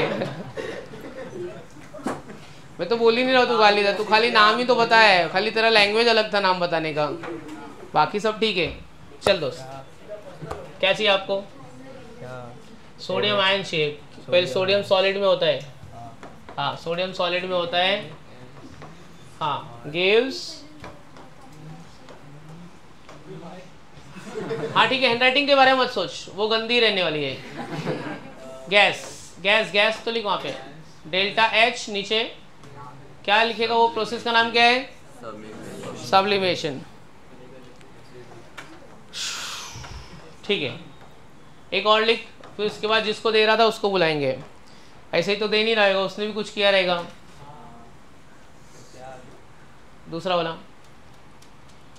अली भाई रेडी हो जाओ, गड़बड़ कर रहे हैं यार, जा तो जाओ, गलत है यार, जा जा यार, जा जल्दी जा, अपनी बुक में लिख जाके क्या भी किया है कुछ। दूसरा वाला रिएक्शन ही नहीं है इसमें तो, चिन्मय क्या करता है यार तू, दूसरा वाला लिखा ही नहीं है, कुछ भी गड़बड़ करके गया है। चलो स्टार्ट करो फटाफट, जरा सही सही लिखो, कुछ भी लिख के कचरा पचरा करके चला गया है। आप लोग को आता है कि नहीं आता है, ट्राई करो ना जरा, बोलो। चलो बताइए बच्ची, बता, पहला बताओ, फर्स्ट बोलो क्या लिखूं मैं पहला, Na, क्या करने का, Na solid is getting converted to Na gas. कौन सी एंथैल्पी यूज किया, सब्लिमेशन, एंथैल्पी ऑफ सब्लिमेशन। ठीक है, एंथैल्पी ऑफ सब्लिमेशन, उसकी वैल्यू भी लिखो 109 किलो जूल, 109 किलो जूल। चलो फिर दूसरा, Na गैस से एक इलेक्ट्रॉन निकालना है, Na प्लस गैस क्या होएगा, एंथैल्पी ऑफ आयोनाइजेशन। चलो इसकी एंथैल्पी लिखो 496 किलो जूल। बोलो बच्चों, अभी क्या क्लोरीन मॉलिक्यूल को तोड़ना है ना, क्लोरीन मॉलिक्यूल लेंगे, फिर मॉलिक्यूल से एटम लेंगे, ये मॉलिक्यूल को तोड़ना है। तुमने भी यही किया कि तुमने किया ही नहीं है, क्या बोलते हैं इसको बच्चों, एटोमाइजेशन। चलो एटोमाइजेशन का एंथैल्पी लिखो 122 किलो जूल, 122 किलो जूल। ठीक है, फिर क्लोरीन गैस में क्या डालना है, 1 इलेक्ट्रॉन डालेंगे तो बनेगा क्लोरीन आयन। तो क्या बोलते हैं इसको, इलेक्ट्रॉन गेन एंथैल्पी। क्या बोलते हैं इलेक्ट्रॉन गेन एंथैल्पी, इसको लिखो -348, क्योंकि जब इलेक्ट्रॉन डालते तो हीट बाहर छोड़ता है, वो बताया रहेगा ना, electron gain enthalpy exothermic reaction है, इलेक्ट्रॉन डाला तो हीट बाहर आ जाएगा क्योंकि उसकी कैपेसिटी से ज़्यादा हो गया है। चलो उसके बाद में दोनों को मिला देंगे, Na प्लस गैसीय स्टेट में मिलेगा Cl माइनस गैसीय स्टेट से, तो क्या हो जाएगा, क्या हो जाएगा, NaCl हो जाएगा ना। Na प्लस गैस में मिलेगा, किससे मिलेगा, हाफ Cl, हाफ कहाँ से आ गया, Cl माइनस से, तो बन जाएगा, क्या बन जाएगा, NaCl सॉलिड। इसको बोलते हैं लैटिस एंथैल्पी, जो अपने को निकालना है। लैटिस एंथैल्पी का वैल्यू x। आप सबको कट पीट करके क्या मिलेगा, Na solid plus half Cl2 gas, NaCl solid. अच्छा, ये NaCl सॉलिड का एंथैल्पी ऑफ फॉर्मेशन में आपको देता हूं मैं। NaCl एंथैल्पी ऑफ फॉर्मेशन है -411 किलो जूल। कितना है, -411 किलो जूल। अच्छा देखो बच्चों, मैंने कितनी एंथैल्पी को ऐड किया, एंथैल्पी ऑफ फॉर्मेशन, कितनी एंथैल्पी को मैंने ऐड किया यहाँ पे, एंथैल्पी ऑफ सब्लिमेशन है ना, plus enthalpy of ionization, plus enthalpy of atomization, plus electron gain enthalpy, और प्लस ये अपना डेल्टा LH जो x की वैल्यू है। अच्छा, एंथैल्पी ऑफ फॉर्मेशन मेरे पास है, कितना है मेरे पास, एंथैल्पी ऑफ फॉर्मेशन की वैल्यू कितनी है, -411, सब्लिमेशन 109, आयोनाइजेशन 496, एटोमाइजेशन 122, इलेक्ट्रॉन की एंथैल्पी -348। अब ये नहीं मालूम है, डेल्टा एल एच। चलो ये निकालो जरा, लैटिस एंथैल्पी। चलो लैटिस एंथैल्पी निकालो, एक्स ले लो या डेल्टा एल एच कुछ भी लिख दो, इसकी वैल्यू आनी चाहिए। चलो बताओ जरा कितनी आती है, मुझे तो मालूम है कितना आएगा, बट आप कैलकुलेट करके बताओ।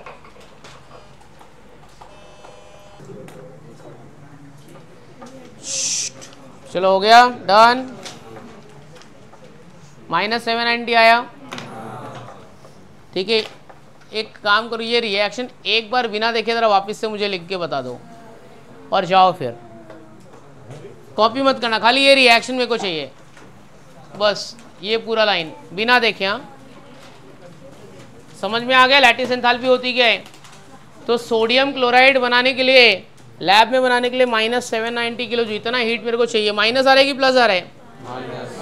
इतना हीट लिबरेट होगा, ठीक है। ये रिएक्शन एक बार बिना देखे लिख दो और जाओ, खत्म हो गया लेक्चर। अब पता नहीं चला। अली भाई फटाफट लिखो यार, बिना देखे यार। ले तेरा आई कार्ड ले लें, उधर से फेंक रहा था ना इधर पे, किसने फेंका? कोई तो तेरे साथ मस्ती कर रहा है ना, ऐसे थोड़ी है। आई कार्ड के हिसाब से तो तू शरीफ है। समझ में आ गया? होमवर्क में तो ये थियरी मत लिखना, मैं तुमको एक पीडीएफ भेजूंगा, वो सॉल्व करना। अभी तुमको थियरी सेम चीज़ लिखने के लिए नहीं दूंगा मैं, एमसीक्यूज देता हूँ, वो सॉल्व करो, ठीक है। तो आज के लेक्चर में अपन ने दो चीज़ें पढ़ा, एक हाइड्रोजन बॉन्डिंग पढ़ा और एक क्या पढ़ा? Lattice enthalpy. और उसके बीच में बहुत सारा अल्कोहल से रिलेटेड बातें, लेकिन वो सब बातें इसके लिए बताया क्योंकि अल्कोहल में क्या होती है? Hydrogen bonding. वाटर में क्या होती है? आइस का कलर वाइट हो जाता है, वो आपको पता चल गया। मीथेनॉल पीना चाहिए कि इथेनॉल पीना चाहिए? मीथेनॉल पिया तो क्या होएगा? आंखों की रोशनी जाएगी, बाद में धीरे धीरे मर जाएगा। इथेनॉल में एक्सेस में पीना चाहिए कि ओकेजनली पीना चाहिए? ओकेजनली पीना ही चाहिए। मतलब every syrup contains ethyl alcohol, जितना भी सिरप आता है ना, वो सब में इथाइल अल्कोहल होता है। थोड़े अमाउंट में अच्छा है आपके लिए, ऐसे केमिस्ट्री बोलती है, बायो भी बोलती है, तो थोड़ा पी सकते हैं।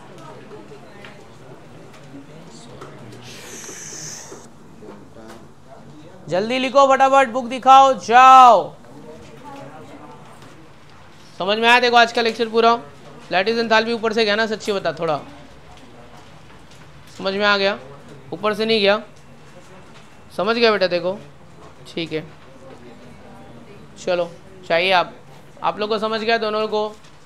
ठीक है, समझा? अरे वो एक बच्ची आती थी, एब्सेंट रहती थी, वो चली गई क्या? वो डॉक्टर को क्या हुआ? आई नहीं फिर वापस वो दिन से? होमवर्क कंप्लीट करने को बोला तो आई नहीं। अच्छा उसको बोल के आ जा भाई, होमवर्क रहने दे, तू आ जाओ। दोस्त बुला ला उसको, तेरी दोस्त को। हाँ उसको बोल सर होमवर्क नहीं क्वेश्चन पूछेंगे, क्वेश्चन कुछ नहीं पूछेंगे, बस तू आके लेक्चर अटेंड कर ले। समझ में आया? ठीक है, पांचों बराबर मिल रहा है ना? अच्छा तो खाली याद रखना लैटिस एंथैल्पी NaCl का कितना होता है? -790, वो याद रखना है।